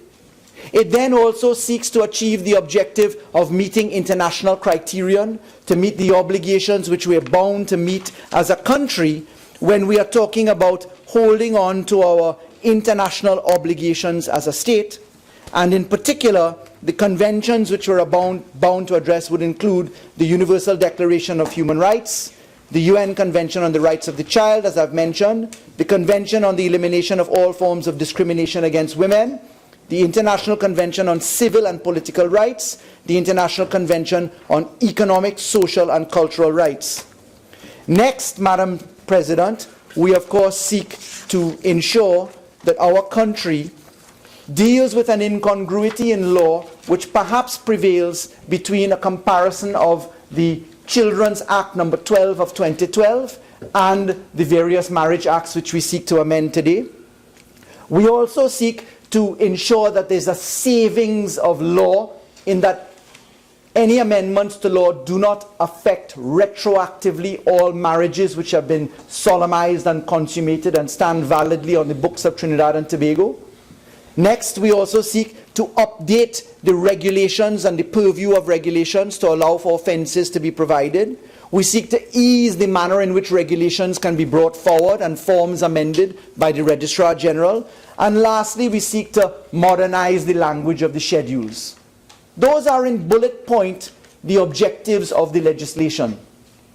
In dealing with the 8 clauses only before us, we of course have a short title, we have a proclamation date, we recognize that there is a need for a 3/5 majority, which is in effect a debatable issue in and of itself, because there is a collision of rights between Section 4B of the Constitution and Section 4H of the Constitution. Section 4B of the Constitution, of course, providing the position that there are rights of the individual to equality before the law and protection of the law, a point which I'll come back to a little bit later. And then, of course, the 4H right, that there's a freedom of conscious and religious belief. There's a competition of rights. It is, of course, well known that not every piece of law which automatically intrudes upon a Section 4, Section 5 right needs to be canvassed by way of 3/5 majority. That has been stated in a number of appellate decisions and also in the Privy Council by Baroness Hale in well-known dicta, be it the utterances in the Court of Appeal in Northern Construction or be it Surat in the Privy Council. However, when we get to the issue of changing the age to contract marriage, we must recognize where we are as a country. This is not a position where we are dealing with a persuasion in one element of religion only. The government has had a number of consultations. We have had several public forums. We have had hundreds of persons in attendance. We have had hundreds of submissions. There's been a lot of public carriage of this issue in the newspapers. And there was this unfortunate and terrible condemnation by some in society that this was apparently a Hindu or a Muslim issue. I want to deal with that squarely. The Marriage Act passed in 1923, which deals with civil marriages and all Christian marriages. The Muslim Marriage and Divorce Act and the Hindu Marriage Act all allow for child marriages. So too does the Orisha. And that is so because in the Marriage Act, the definition for marriage is essentially in Section 23 before it is proposed to be amended. When you read it, a minor can be married provided consent is given. And in a number of jurisdictions, that has been interpreted to mean, by canon law, that boys of 14 years of age and girls of 12 years of age, upon attaining puberty, under the civil or Christian element of our laws, of our religious beliefs, can in fact be married.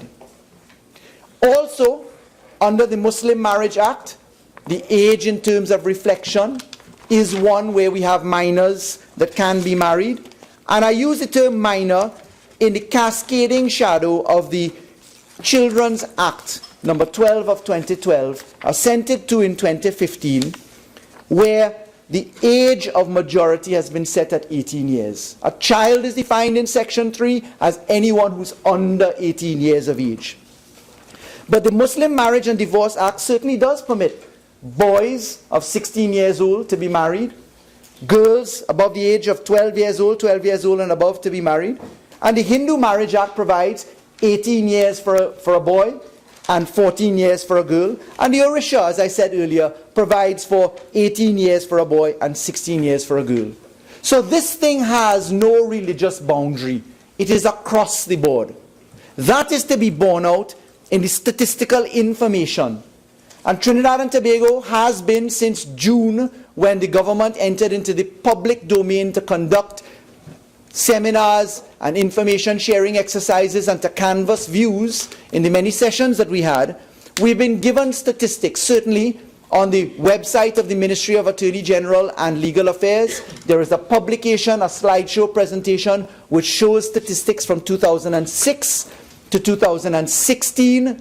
And at that point in time, the marriage statistics then showed that there were approximately 548 child marriages, 117 civil marriages under the Marriage Act, 328 Hindu, 103 Muslim, none under the Orisha, none in extremis, meaning where one of the parties was dying as recognized by the Marriage Act, giving a total of 548 marriages, which when taken as a percentage for that 10-year period, 2006 to 2016, represented 0.65% of marriages, because at that point up to June last year, there were approximately 84,330 marriages.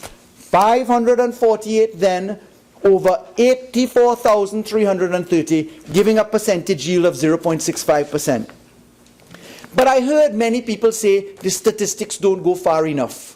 And so I took the opportunity, Madam President, and I will share this with all members. I just got it today from the Registrar General, to look at the statistical information for child marriages in the period 1996 to 2016. And I can say here today, so far as advised by the Registrar General, that there were 3,478 child marriages in that period.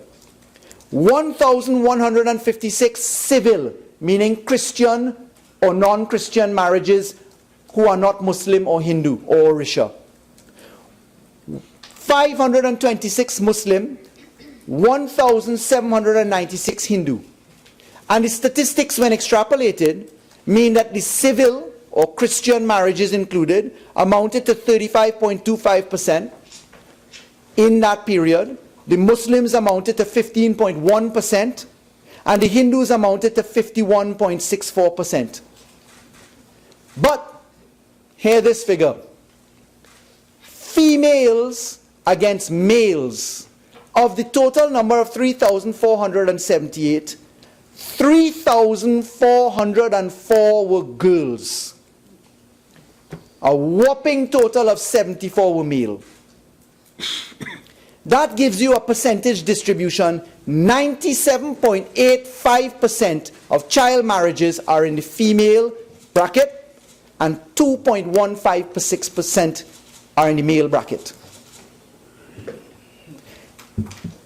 I wish to go, before I string the arguments together a little bit tighter, into giving a little bit more while we're on statistics before I bring the argument back to the bill. And if you'd permit me, Madam President. You see, some of this relates to the arguments as to the pros and cons for the maintenance of child marriages. I can say that the total number of abortions, teenage abortions, forgive me, before I move on, let's get back to these statistics on the marriages in that period, 1996, come forward. I want to give the age brackets. You see, 12-year-olds were married, 13-year-olds were married, 14-year-olds were married, 15, 16, 17. And they were married in the hundreds. We did, in relation to the age gap analysis, a tour of some of the age differentials.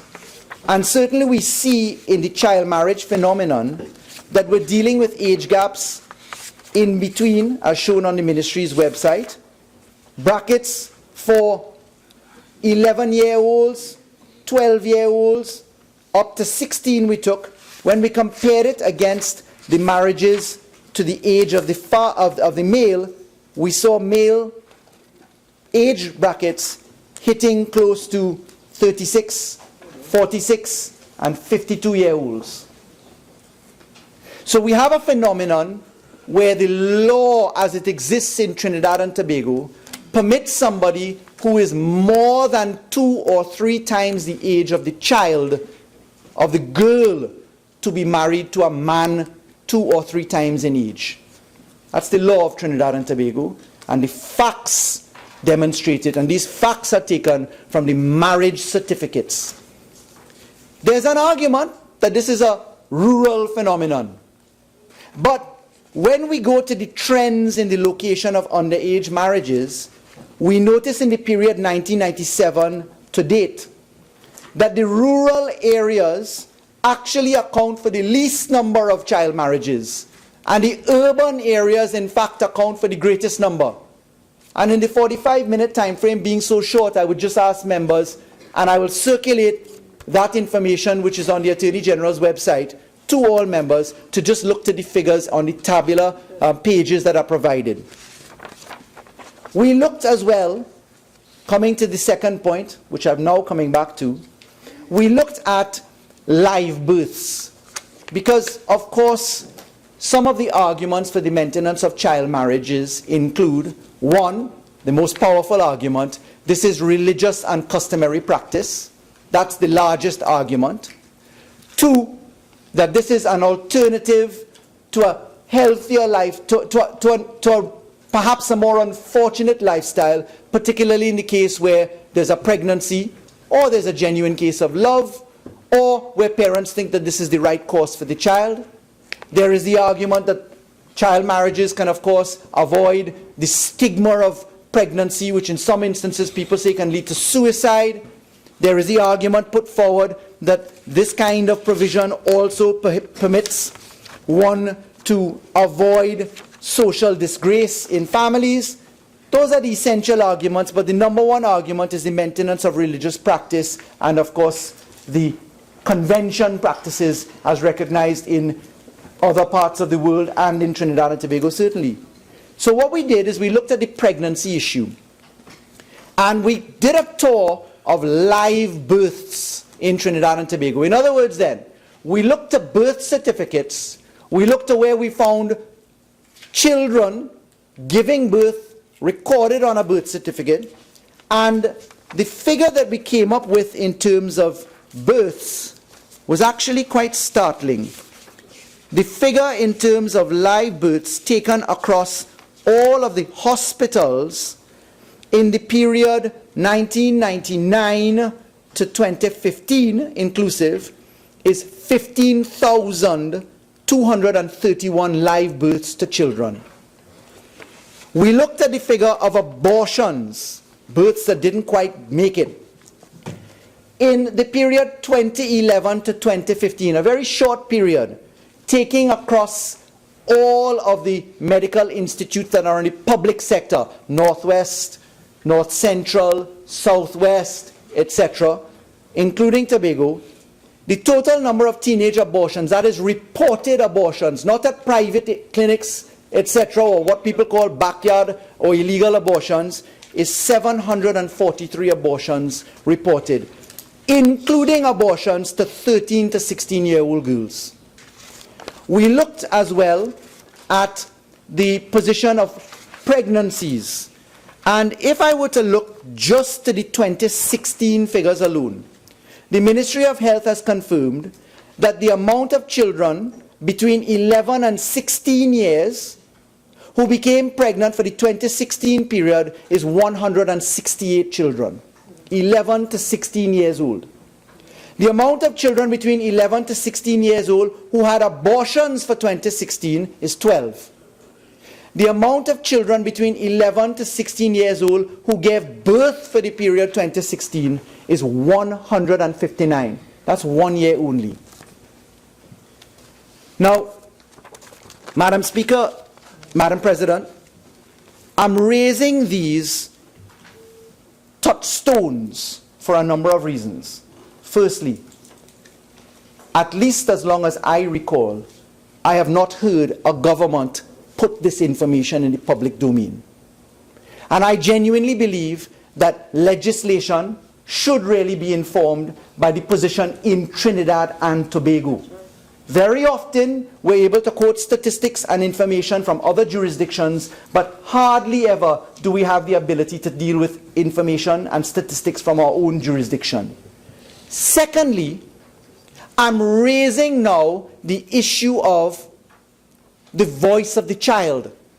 Because in this larger conversation about the contracting age for marriage is really the big question of the voice of the child, the protection of the child, what society must do to balance the interests between religious belief and between protection of its most vulnerable. And when we look to this kind of statistical information, what we see in our country is that we've been turning a blind eye to an issue for a very long time. Now, this is not an issue which is an easy one. This is Trinidad and Tobago. I, as an individual, am born to a Muslim father, a Presbyterian mother, a Hindu grandfather, and married to a Catholic wife. This is Trinidad and Tobago. Each person, each entity in our country respects the other. We celebrate each other's religious events. There have been heartfelt submissions coming from all elements of society. There are those who are for, there are those who are stoutly against, there are those who say, let's have more consultation. After 26 years of consultation. Because who wants to upset a position of sweet tea and tea? The reason why we bring this law to the Parliament today is really to touch the issue. And in particular, to claw back to a conversation which was held right here in the Senate as I sat on that seat opposite me now in the debate on the 23rd of May 2012 when we were debating the Children's Act. You see, when we were dealing with sections 18 to 20 of the Children's Act, Section 18 criminalizes sexual penetration for anybody who's under 18 years. And Section 20 gives a number of exceptions, which we refer to as the Romeo Clause exceptions, for children who have sex with anybody who is within 3 years of their age as a child. That's the linkage. And back then, every single independent senator abstained on the bill on a matter of two core principles. They said this is in direct contravention and contradiction to the age of 18 years in this bill as standing with the various laws that we now seek to amend, Muslim Marriage and Divorce Act, the Marriage Act, the Orisha Act, and the Hindu Marriage Act. And also they stood upon the position that they didn't want this thing to be without recognition of homosexuality in Trinidad and Tobago. Those were the two reasons. And in those days, back in 2012, sitting as an opposition senator as I did, we worked together with the government. We sat down and we dealt with all 123 clauses. We ended the Senate at 4:04 a.m. and we passed the bill, opposition and government, with no independent support. Because there was a heartfelt view that it was time to deal with this. And we in the opposition said then, we will consult upon it, we will take a policy decision after consultation, and we will deal with it if we have the opportunity. And today recognizes that promise made on the 23rd of May 2012. Our friends in the opposition, and the government then, now opposition now, undertook to do a similar consultation. Perhaps they have, I'm not aware. But what I can tell you on this very thorny and heartfelt issue is that we've received a whole host of submissions from civil society, all going for, against, or with exceptions. In essence, I could read them all out. Muslim women, Muslim associations, the various versions, some for, some against, some of the Hindu organizations and non-profit organizations, some for, some against, Christian organizations, mostly for. But there was a wide disagreement or election of choice. Because tied up in this issue is also the position of making sure we fix everything else that we want to fix. But today we start with one part. What came before the government essentially, Madam President, was a few options. Option one, deal with the contracting age for marriage as 18 years, without exception. Why? Because around the world, a number of jurisdictions have dealt with this issue. You'd be surprised to know, honorable senators, through you, Madam President. In India, for instance, the official law says for men to be married, you must be 18 years old, and for women, you must be 21 years old. In Kenya, 18-18. In France, 18-18. In Greece, 18-18. In Mongolia, 18-18. Morocco, 18-18. Libya, 20-20. Liechtenstein, 18-18. In Nepal, 18-18. Nigeria, 18-18. St. Kitts and St. Nevis, our neighbors, 18-18. St. Vincent and the Grenadines, 18-18. Tanzania, and that's an important one which I'll come to, 18-18. However, there are numerous exceptions. For instance, Trinidad and Tobago finds itself as one of 8 countries only in the world, ranking alongside a few other jurisdictions where the age to marry can be as low as 12. Trinidad and Tobago, we have the position of standing alongside the other part of where I come from, Iraq, 9 years old, Saudi Arabia, 10 years old, Sudan, 10 years old, Colombia, 12 years old, Ecuador, 12 years old, Uruguay, 12 years old, the United States of America, 12 years old, and Trinidad and Tobago, 12 years old, being the youngest age at which you can contract a marriage. So we could have come, done like the Far East, Africa, the Middle East, gone to 18, as we say, stone cold, or we could have looked at the experience as you have in Europe, in different parts of the United States of America, where you have 18 years with exceptions to 16 years, where you have the consent of the child, of course, the consent of the parent, and perhaps judicial consent. That was one of the options. Or you could quite simply have not amended the law at all and hope that we would migrate ourselves out of the phenomenon of child marriages. But that's where we come back to statistics in Trinidad and Tobago in 2016, where you've heard that we have had child marriages for 13-year-olds in 2016. So the prospect of that maturing anytime soon is probably not upon us. So we could have done that. We could have gone to the position of saying, let's have the law with exceptions. We elected, by way of policy for the government, to come to the Parliament making a recommendation for 18 years old for a number of reasons. We thought in perspective that Trinidad and Tobago really, if we went along the route of judicial acknowledgement, that we may find ourselves colliding with one of the arguments which happened in Tanzania, where the law stood with child marriages on tribal and other customs, traditional customs, at 12 years old being the lower layer, and a constitutional motion was brought against the government, arguing that there was an inequality of treatment for women in particular, and so the law, the courts upheld that the age of marriage under 18 years old was unconstitutional, and they dictated that the Parliament amend the laws. That's what happened in Tanzania. Not far off from our jurisdiction in terms of jurisprudence. We could also have recognized that if there was a judicial consent position, that is a costly measure, but sometimes certain costs are worth it. There's a good and bona fide purpose in saying that. However, the question is, how long would it take for a petition to be heard in a court? Are we really just fiddling with time and expense in the period of the age limit of 16 to 18? We also recognized that in Trinidad and Tobago, there are a number of laws which prohibit persons under 18 years of age to actually engage in marriages.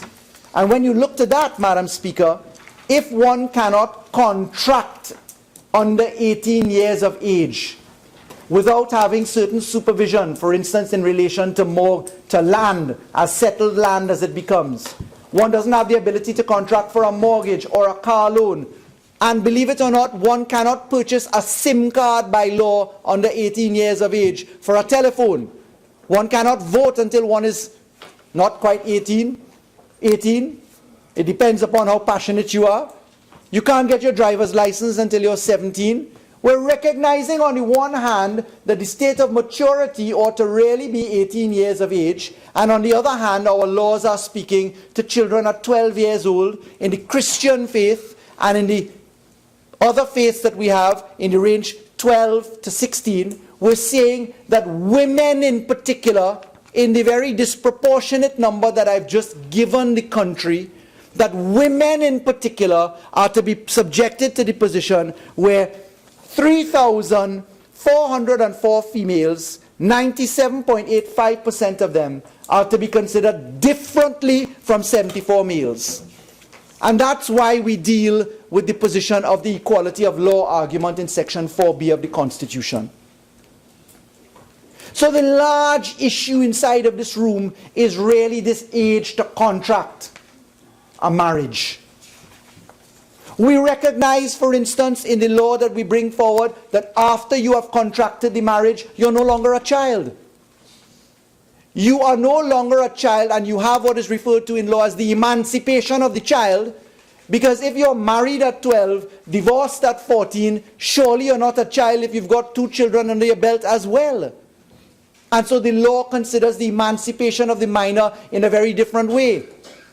But can a 12-year-old, can a 13-year-old, can a 14-year-old holding a child, looking after a home, looking after a family, really access the same level of education, really have the same opportunities for advancement, really not have to deal with certain social stigmas, be treated equally at school? These are live questions which I don't propose to give any answer to. I'm asking the obvious questions. I think we can all answer it ourselves. So this policy of 18 years old coming before us right now is really the representation of a government policy saying, we've drawn a line. We're here today to hear from the Senate. We've heard from hundreds of people in the public domain. We've dealt with it over 7 months in the public domain. Trinidad and Tobago as a society has dealt with it for 26 years this year.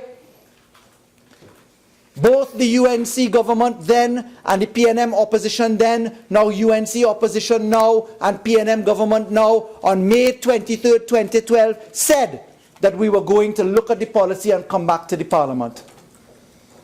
Today we have kept that promise. Madam Speaker, Madam President, there's a lot to say and 45 minutes can't say it. So I'll obviously have to keep a lot for the wind-up and listen to honourable senators. The fact is, if I were to touch the cornerstones of the legislation, of the bill that is proposed for passage by the Senate today, I can say, by way of importance, the offences which we propose, and I'll categorize them because they're meant to be harmonized across the base. There's a new offense. There's a conviction on indictment for solemnizing the marriage of persons under the age of 18 years, i.e. an obligation upon the marriage officer to actually be penalized in the event that a marriage is conducted with a minor or for a minor. We have updated the non-compliance with transmission of marriage book. We've updated the forging and making false entry in the registers. We've updated the destroying register book, etc. We've updated losing or damaging register book or certified copy. We've updated the solemnizing of marriage of persons within prohibited degrees of consanguinity and otherwise. We've updated the offences committed by unlicensed marriage officers. We've updated the making of a false declaration. The breach of all of those have now gone to conviction on indictment, to fines of $50,000 and 7 years imprisonment, or in one instance, $40,000 and 5 years imprisonment. And we borrowed by way of matrix comparison from the laws in relation to perjury, which provide for $50,000 and 7 years, if you wanted to know where the comparator comes from. We've amended the lacuna which exists in the Matrimonial Proceedings and Property Act, where the ORISHA laws were not referenced in terms of the recognition of marriages under Section 13 there. We've allowed for breaches of regulations to accept us out of the application of the Interpretation Act, which only provides for a breach of regulation amounting to $500 in penalty. We've allowed instead now for a summary offence for a fine not exceeding $3,000 and for imprisonment not exceeding 6 months. We've standardized offences across all. We've left a savings provision to say that all marriages prior under the previous laws, if this Honourable Senate and if the House of Representatives agrees to pass this law, that those should remain intact. We've allowed for the inclusion of night weddings. Before, you had to be married between 6 a.m. and 6 p.m. when one was on the mission to avoid clandestine marriages. But now we've taken them from 6 a.m. to 9 p.m., knowing that we are better lit and dealing with our society in more current form. But Madam President, what we're really dealing with here is a question as to whether this law is proportionate. We're dealing with the question as to whether there's a legitimate aim. Is this law going so far to intrude upon rights as it should, with the least intrusion of rights?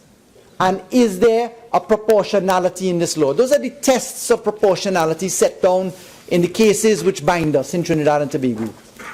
I dare say that this is law which has a definite and proper aim, which is more than legitimate. I dare say that this law encourages the balancing of gender rights so far skewed, 98% to 2% female to male. It encourages the health and welfare of children. It encourages children to be encouraged to be children. It encourages education. It encourages the ability to achieve proper maturity before making serious choices in life. Those are legitimate aims. It brings us in harmony with our Children's Act. It brings us in harmony with the current perspectives on education, on medical treatment, on voting, on buying a SIM card. Legitimate aim is certainly there. The question for the Honourable Senators and for the country right now is going to be, how much more analysis do we need to engage in? What is the correct balance in the rights to be had? Should we encourage exceptions to the provisions? Do we accept that there's going to come a point when we will never all agree? When do we step out of analysis paralysis? When do we say to the rest of the world, Trinidad and Tobago wishes to claim its space, as the United Nations has told us we should? You see, the United Nations, in their positioning of what Trinidad and Tobago should do, told Trinidad and Tobago in our peer review in 2016, specifically, and told us in the reviews in 2016 as well, in relation to the elimination of discrimination of children, the specific reference from the United Nations was, change your laws that deal with child marriages and harmonize them. Honourable Attorney General, you have 5 more minutes. And harmonize them to 18 years of age. That's what our peer review said in May 2016, if I'm not mistaken, as to the date, and certainly what the United Nations gave by way of specific recommendation to Trinidad and Tobago. One may say Trinidad and Tobago ought not to be guided by what the outside world has to say. However, we in Trinidad and Tobago have to ask ourselves, do the arguments that say that child marriages protect against pregnancy, which is unwanted, or shame, that child marriages protect against a dilution of religious belief and convention, are those arguments to be proportionate? Do we say that our religious beliefs mandate that we must keep to what motherland or motherlands once said we should? Do we say that our Hindu belief, or our Christian belief, or Muslim belief says that we must maintain the laws as we do? When the law in India, Mother India, says 18 and 21, when the law in most of the Middle East and Sub-Saharan Africa and Central Africa says above 18 years of age, when the law in China says a different thing, do we in Trinidad and Tobago still believe that there's an eye for an eye and a tooth for a tooth? Do we believe that we must stone and pelt adulterers still? Do we believe that we must treat by criminal sanction the adulterer as we propose in Islam, for instance? Or have we matured beyond those perspectives? You see, it's a serious conversation. There's no easy answer. Where do we go? Where does this country go? In our local, look at ourselves in the mirror perspective, or in the international, have others view us perspective? Where we go is entirely up to the Parliament of the Republic of Trinidad and Tobago only, which has the obligation to make laws for the peace, order, and good governance of our society. Where we, 71 of us only, have the obligation, representatives as we are and appointees as we are, to call the shot on where the line is drawn. I want to say for the record that I appreciate every single point of view. I stand here with collective responsibility of the Cabinet of the Republic of Trinidad and Tobago to advance a proposal for discussion in this Parliament.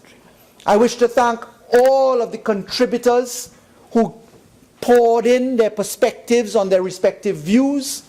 I wish to especially thank the hard-working members of the AG Secretariat, the Children's Authority, the prisons, the Ministry of Health, all of the young people that turned up at our door-busting forum to say, as some of the young girls did, I am minding no child as a child myself. Some of it was downright forthright. But the thanks and gratitude goes to them, because this is simply the keeping of an undertaking and promise given by then opposition on the 23rd of May 2012, when we debated the Children's Act, which we brought into law, which we supported with the government, notwithstanding the understandable abstentions from the independent bench. But ladies and gentlemen, honorable senators as you are, Madam President, if you permit me, the buck stops right here with us all. I look forward to the debate. There's a whole lot more that I will provide in detail to honorable senators in the wind-up, because you can't barely touch this more than philosophically in the manner that I have so far. And I thank you, Madam President, for the opportunity to bring this issue to the fore, and I beg to move.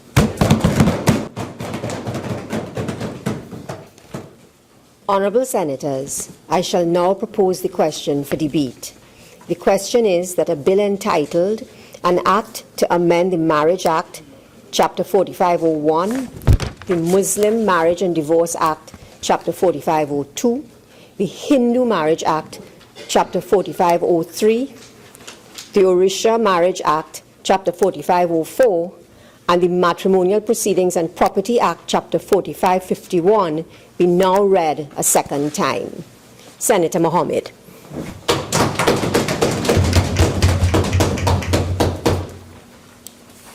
Madam President, honorable senators, I begin my presentation with praise to God and with prayers for guidance so that good sense will prevail. And at the end of the day, we will be able to contribute something very valuable and tangible to our legacies, that they too will be able to adhere to the things that will benefit them in this world as well as in the onward journey. Madam President, if you don't mind, I'll refer to my notes. I hope you permit me. I am happy to be given this opportunity to participate in an exercise of contributing to the debate of the bill entitled An Act to Amend the Marriage Act, Chapter 4501, and the Muslim Marriage and Divorce Act, Chapter 4502. I wish to make a very important point as we go along, Madam President, and I would want to give a preamble to it, and that is, Islam is the last of the revealed religions, and Prophet Muhammad, peace be upon him, is the last of the divinely appointed messengers. Something special about Islam is the fact that we are guided by the revealed code called the Holy Quran, and that is considered, it is accepted, it is known, it is acknowledged as being the unadulterated words of God, because that was revealed directly through the angel Gabriel to Prophet Muhammad, peace be upon him. And to date, from the time it came to now, not a single dot has been changed, so that the laws of the Holy Quran remain final for every single Muslim at all ages, everywhere in the world, all through the time. No one is authorized to change even a slight punctuation of that book. With that in mind, I wish to make this humble presentation, and that is, as I just said, Islam is the last of the revealed religions, and it brought to an end the need for revealed guidance from the Lord, as he revealed to man the following message, which is recorded in the Holy Quran, and that is, this day I have perfected your religion for you, completed my favor upon you, and have chosen for you Islam as your religion. Madam President, a reason why I'm making this very strong emphasis on the fact that we are guided by the laws as they are in the Holy Quran, it is because you, with the Attorney General, the Honorable Attorney General, would have heard in the presentations of some of the delegations references to what is contained in the Holy Quran. And because we are guided by that, and we cannot change anything there, we take for guidance what the Lord has given to us with regards to marriage. And this will be coming about just now. So the merciful Lord has given us a book of guidance containing all the laws that are required for man to represent him, to represent God here in the proper and correct way. You know, Islam teaches that we are representative of God, and we are supposed to represent him in the way that he has ordered. So he says to us, this is the book. In it, it is guidance sure without doubt to those who fear Allah, who believe in the unseen, are steadfast in prayer, and spend out of what we have provided for them. I heard our Honorable Attorney General making a statement that it's time for change, and it's time for this, and it's time for that. And I was thinking in my mind, how can the change of the age of marriage impact upon all the immoral things that you see going around all in the place and all? How can it change? And I'm wondering, and I hope he will give an explanation of that. Because as we go along the journey of life, change is going to take place. Change is going to take place in situations, in conditions, in health and wealth, and even our physical pose. God tells us in the Quran, every day he is manifesting himself in some form of glory and majesty, so that we are seeing changes taking place. Changes may take place in physical matters, but what about the change that the merciful Lord gave to us as command? Can we change that? Can we do like the Israelites, where God gave Moses the first thing in the book, thou shalt have no other God before me? But as soon as they crossed the sea, they took the gold and they made it into a golden calf and worship it. Do we want that kind of change? We have to be cautious and careful, Madam President. And it is because of that we take our guidance, and we would want to stick to what God says is better for you here in this world, as well as in the life that is to come afterwards. Because Islam is a complete way of life for all people in every part of the world, for all ages. Its revealed laws and principles are so beautifully put in the Holy Quran so that they will be meaningful and applicable at all times and places.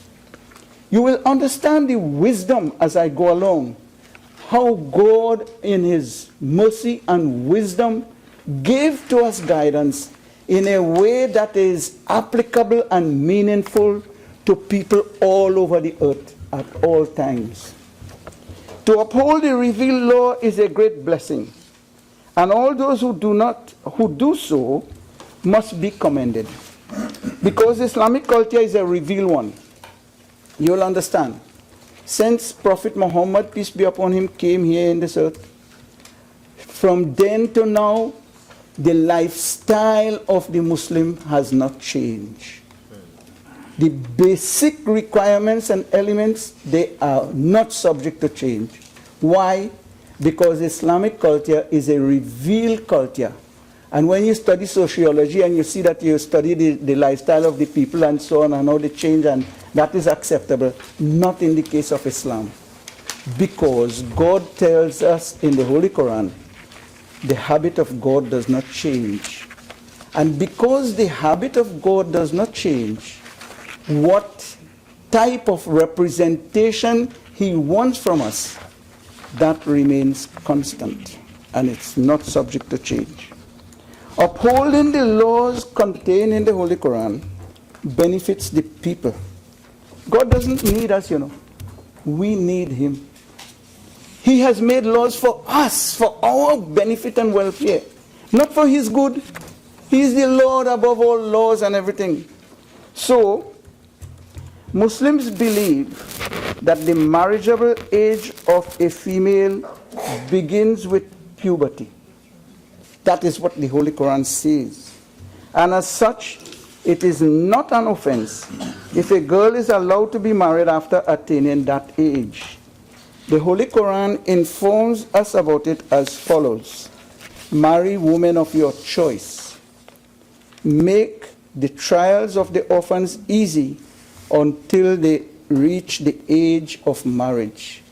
And the age of marriage is defined in Islamic religion as the age when puberty starts. So you will understand the wisdom in this, because the age of puberty will vary in climatic conditions from place to place. If we would have said, like the United Nations, 18 years or this or that, it would be varying with regards to the standard of judgment. And as a result, it would have had some kind of complications and problems here or there. But look at what God says. The basic condition is puberty, the attainment of puberty. And because of that, if in Saudi Arabia it is 9 years, or because the Honorable Attorney General quotes 18 here and there, but in those countries in the Middle East, he didn't quote the age at the time of marriage permissibility, you see. I think he quote one of 9 years, you see. So it will differ and it will vary based on climatic and other conditions. We therefore do not agree with what is contained in Clause 27b(1) under the subheading solemnizing the marriage of a person under 18 years of age. The clause reads as follows.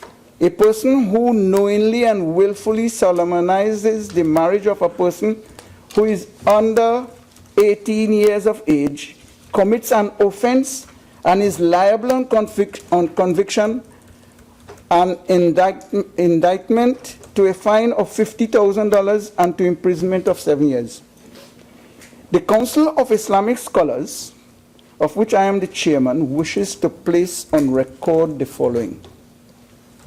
The Council of Islamic Scholars wishes to place on record its support for the Muslim Marriage and Divorce Ordinance, Chapter 4502, as it relates to marriage in Trinidad and Tobago. It notes that there are two phases in a Muslim marriage. Number one, the nikah, that is the contract. And number 2, consummation of the marriage. So there are 2 phases. While nikah can be done at any time, during the infancy, the marriage can only be consummated after the individual has attained puberty.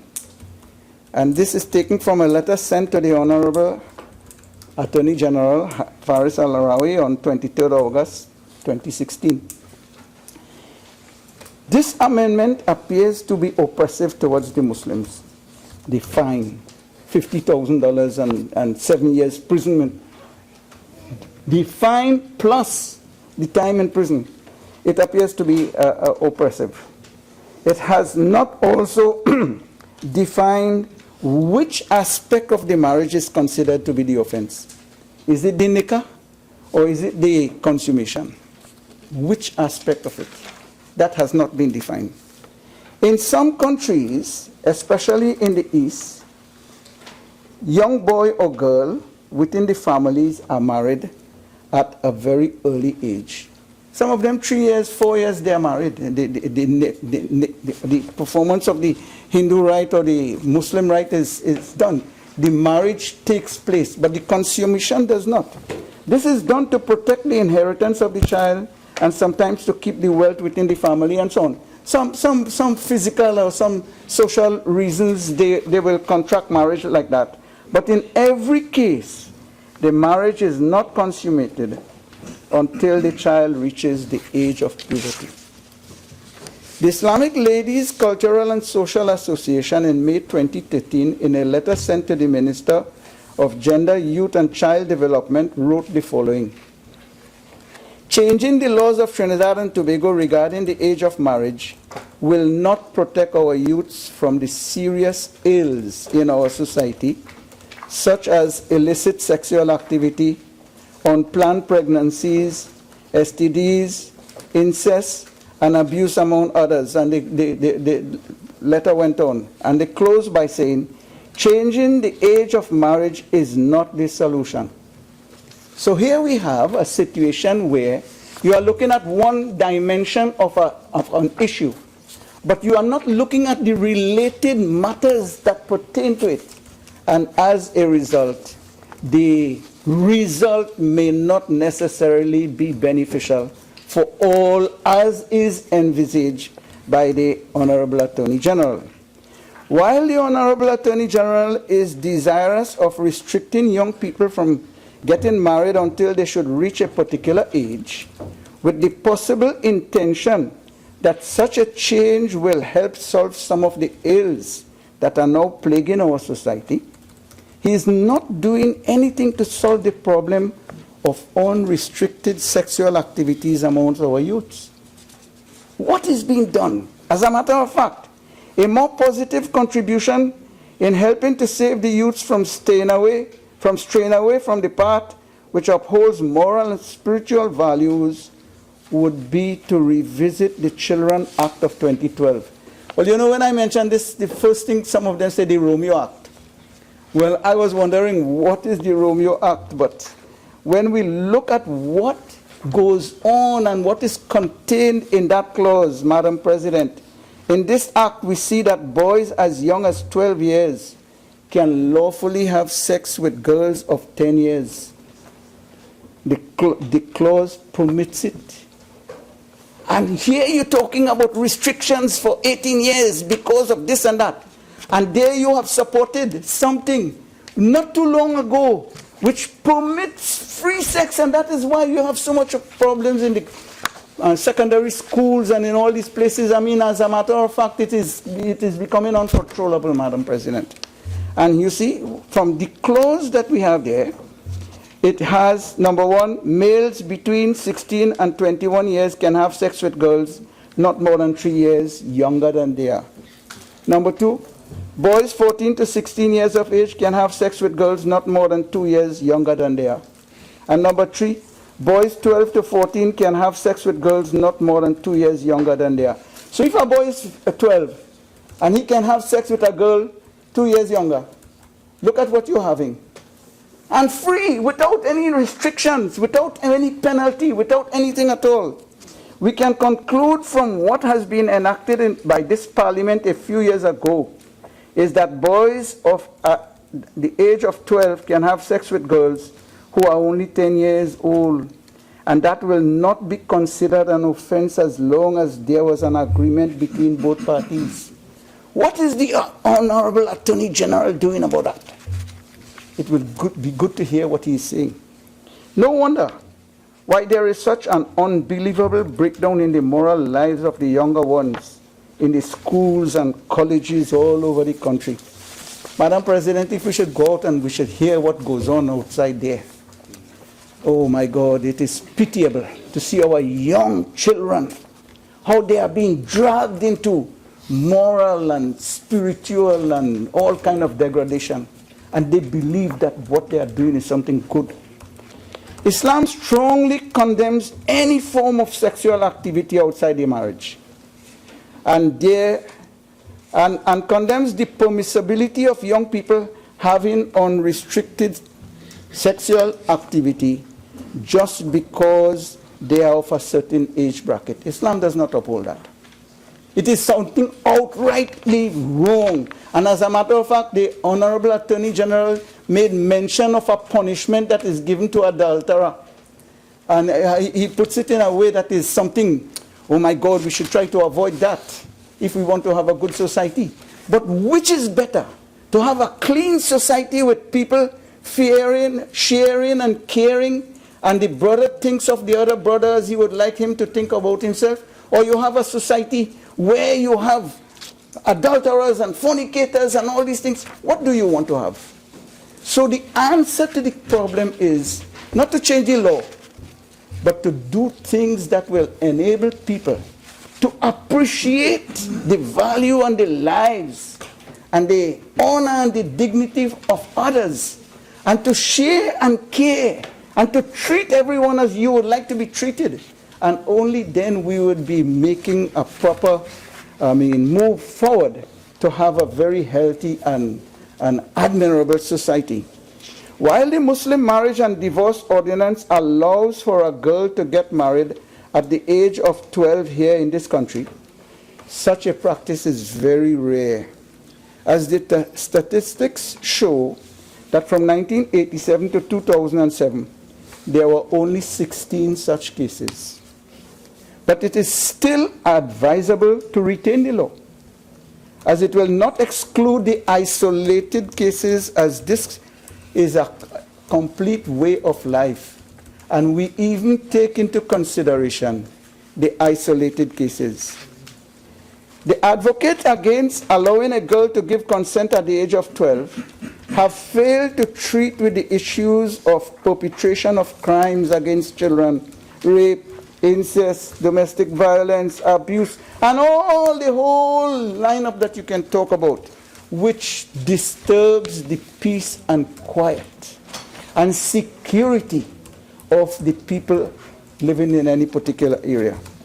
The Council of Scholars hereby wishes to recommend the following. Number 1, the Muslim marriage and divorce ordinance be retained without any changes being made to it. So that's the first thing. We would want that it remains as it is without any change.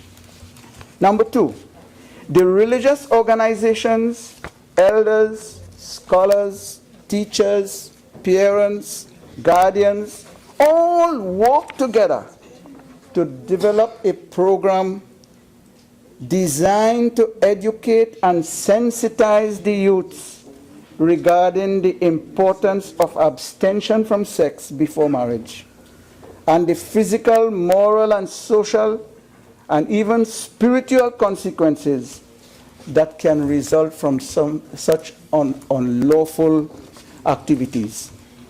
Human beings are different from the rest of the creation, Madam Speaker, Madam President, as we are created from clay, while the rest of the creatures are created from water, according to Islamic teachings. God created all the plants and animals from water, but he created man from clay. Every one of us, according to Islamic teachings, began life as a tiny grain of sand. And one day, we will again return to the earth as a grain of sand. The greatness of the Lord is that he has given man the blessings to represent him here on the earth. A finite, insignificant creature has been given that great responsibility to behave like God here on the earth. This can be possible when we abide by his divine commands and cultivate within our personalities the divine attributes such as love, compassion, mercy, forgiveness, and so on and so forth. One of the ways of fulfilling our obligations and responsibilities as the Lord representatives here towards our fellow human beings, towards the environment, towards even our connection with our Lord is to enjoin what he says is good and to stay away from what he says is prohibited. When we look at the lifestyle of our youths today, we see them following the devil rather than representing God, and that is unfortunate. So therefore, I wish to humbly present today, Madam President, this very important understanding that it is very good for us to retain the law as it is, because it is the nearest thing to a girl beginning to experience her periods at the age of 12, and as a result become qualified theologically to be married. And instead of creating hardships, because what you will have, you say 18 years, and people will run helter-skelter and they do anything or what they want until they reach 18 years. And some of them may even hide all the wrongs that they did through abortions and all these things. So, and now sit on to get married with that understanding and that feeling that now we are mature. Islam does not want that. And we want to advise and to request that we take the position that will be the best for us all in society. As you know, the Quran gives us a parable, Madam President, and I would like to bring this to the attention of all our dear friends here. And that is, every human being is like a tree in the forest of trees. Every human being is like a tree in the forest of trees. And a good human being, a good tree, is one that has sweet, juicy fruits and gives shade. In contrast to that, you have trees with thorns and bitter fruits and so on. We are all enjoined upon to try and be those good, beautiful trees that can give juicy fruits and has nice shade. If we can do so, the Quran says for such people, well, the Arabic terminology, it can be translated as, no fear will ever come upon them, nor will there be reason to grieve. If we abide by the laws and we try ourselves to conform to what God says is good for us here and there, the age of, the minimum age of marriage and so on will be something very insignificant, because we fear God and we would want to submit to him. And as a result, we will want to do those things that will benefit us here and in the next life. So, Madam President, with due respect and with humility, I wish to propose, on behalf of the Islamic scholars whom I represent, and myself, that we retain the law as it is, but we take all the necessary steps to try and change the lifestyle of our youths so that their thinking will be acceptable morally and spiritually and socially, and they will be progressive in this world as well as in the next. I thank you.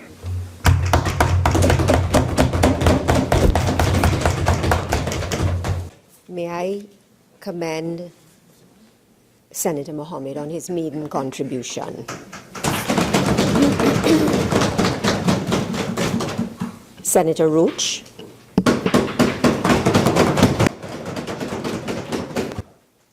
Madam, perhaps, if I can create the indulgence, could it that we could take a early break and rather than be broke? No, let's continue. We have enough time until 4:30. Fine, thank you. Madam, I thank you very much for the opportunity to engage in this debate. I think it's a very important debate, one of the most important that has reached these chambers, and thank God it has reached it as early as it has. I've listened very carefully to the Honorable Attorney General and his contribution, and I welcome it significantly. I find a lot of merit in what he has assisted us in coming to grips with in terms of having statistics that normally would not be readily available to us locally in terms of the marriages underage and the number of other information he has brought forward for us. I mean, on my own search, I was not able to unearth that. Most of the information you will get will usually be from foreign jurisdictions. And I think we all here, we all have a significant responsibility in doing good by those most vulnerable in our society, which are the young ones, without a voice in these chambers today. They are not even of the age at which we are debating at this point in time where they can vote under the age of 18. I think, in large, most of the discussion that has gone on in and outside of these chambers concerning the age of marriage for child marriage has premised on the basis of sexuality. What is the right age to engage in sex and so forth? We've heard from the Honorable Senator Mohammed about the puberty, about what puberty is. It caused me, I mean, I believe I knew what puberty is, but it caused me to go back to the dictionary just to look at what puberty is. And puberty has to do, definitely the definition is the period during which adolescent reaches sexual maturity and becomes capable of reproduction. When we are going to base a discussion and make a decision in changing the age of sexual consent or what is right for a child to be able to engage in sex as being lawful and limited just to puberty is to miss the point, because we deal with an institution and the institution we deal with marriage. You are entering marriage, and in entering marriage you enter an institution where a number of things are expected of you and a number of things are expected to happen, one of which is sexual intercourse will take place. If you look at it from a scientific point of view, I mean, information is replete with information outside there by the behavioral scientists, the medical fraternity, that somebody now entering into puberty is not yet properly and fully developed. It may be the commencement of your sexual maturity, but certainly it is not the fulfillment or the ripeness of your entire maturity as an individual. The institution of marriage brings it has a lot of good in it, but also it has a lot of responsibility in it. The responsibilities of a child. Imagine a child 12 years old being housed into a marriage. I cannot fathom my daughter at 16 years, I'm giving consent to her to be married. Because in my early practice as a lawyer, some 20-something years now, in the first 2-3 years of my practice as a law, I was not a divorce lawyer. And I did at least 3 to 4 divorces per month. And none of the divorces that I did were with people under the age of 20-something years old. And I was frequently asked by my clients if this is normal. I mean, if their problem was a unique problem or it was a common problem. But it was just so significant that my specialty was not a divorce lawyer. Yet I was doing 3 to 4 divorces per month. And this is some 20-something years ago. And I used to tell people the only reason why I believe that divorce had not overtaken marriage is because you had to get married before you get divorced. So difficult it was. These are people who will have been of a mature age, over 20-something years of age, will have experienced work, will have experienced a number of other experiences that mature people over a period of time. Puberty in itself doesn't just mature you into the institution of marriage. You don't go to sleep as a young girl one day and get up the next morning as 15 or 12 years old and you are ripe for marriage. There's a lot of responsibility. There's a lot of literature. There's a lot of research that has gone on to show that when children engage, where you hoist the institution of marriage on a child, you are doing a child a grave injustice. That child is unable to be properly educated. That child is being robbed of the most significant part of the child's life, if the child is going to have a long life. As I tell my daughter, the shortest part of your life, if you're going to live long, is your youth, being a child. If you live until you're 50, you're only young for a very small portion of that. If you're going to live to 80, you're going to be for a very short portion of that. And you're allowed to, and we need to be able to protect our children to be children, to be able to mature in the full sense of maturity, in order to go through that whole spectrum of human development, from child to adolescent to an adult. You cannot hoist the responsibility of adults' expectations on a child. I mean, most research have shown children who have been married early, or women who have been married early in their age, are on the lower side of economic development, of development. They have the lowest amount of education, if educated at all.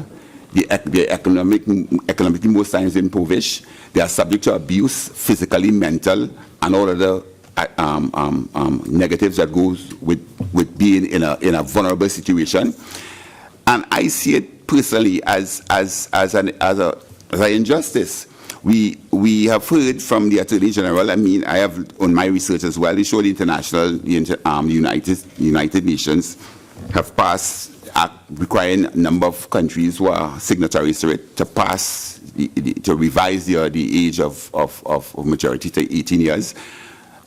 Apart from it I mean, one can argue whether 18, 16, 17 is your right age. That in itself, I mean, one cannot scientifically or otherwise come down subtly and say, well, yes, 18 is it. But 18 has been found to be a reasonable age in terms of psychological, physical development. It's an age that is almost universally recognized as an age where persons are being able to make more cognitive sort of decisions, as opposed to being in a stage where you are still evolving in terms of your cognitive development. And therefore, if we are going to allow ourselves in this parliament to be bogged down alone by historical dogma, by religion, by customs, by traditions, and ignore what is facing us in terms of evolving and being enlightened from scientific data across the board, we will be failing our children. We will be failing our children. We will continue to expose our children, unfortunately, to a life of servitude. The International Labour Organization has recognized that child labor is a form of slavery. When you when you get married and you are institutionalized into that marriage, you are performing certain type of services, and that is recognized as being a form of slavery. It is labor for a child to engage in that at this point in time.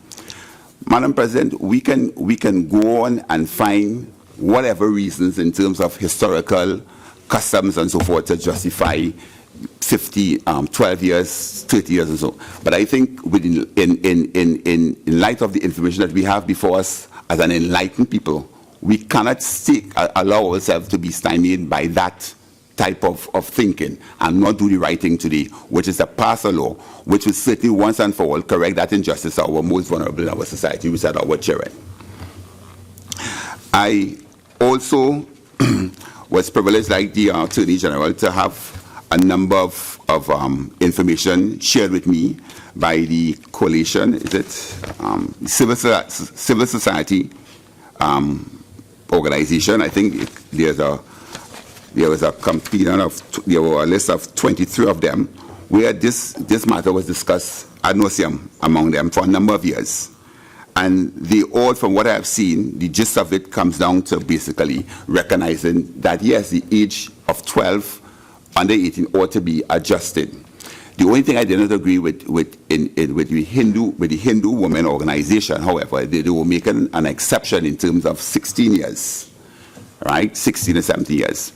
I understand what you are saying, but I respectfully disagree from it. To me, 18 years can be it. 18 years should be it, because as the Attorney General said, one can engage in the legality of having a judicial supervision with consent and different things like that. But to me, it's a make something that's supposed to be much more straightforward, more burdensome.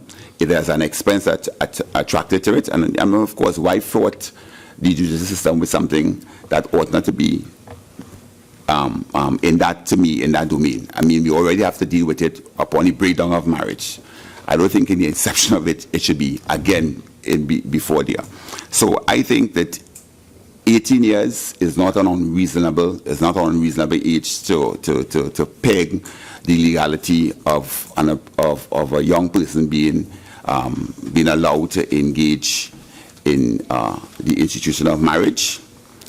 Also, the aspect of the Attorney General spoke about the constitutionality and requiring a 2/3 majority or 3/5 majority in passing this. I also had the benefit of discussion and looking at also the case of Surat, the Attorney General, which was a Privy Council appeal case number 84 of 2006.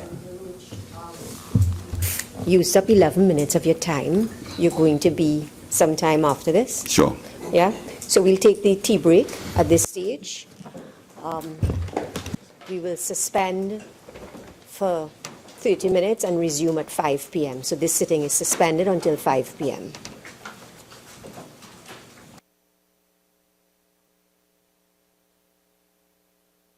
In the second session of the 11th Parliament that takes place on Wednesday, January 11th, 2017, is suspended.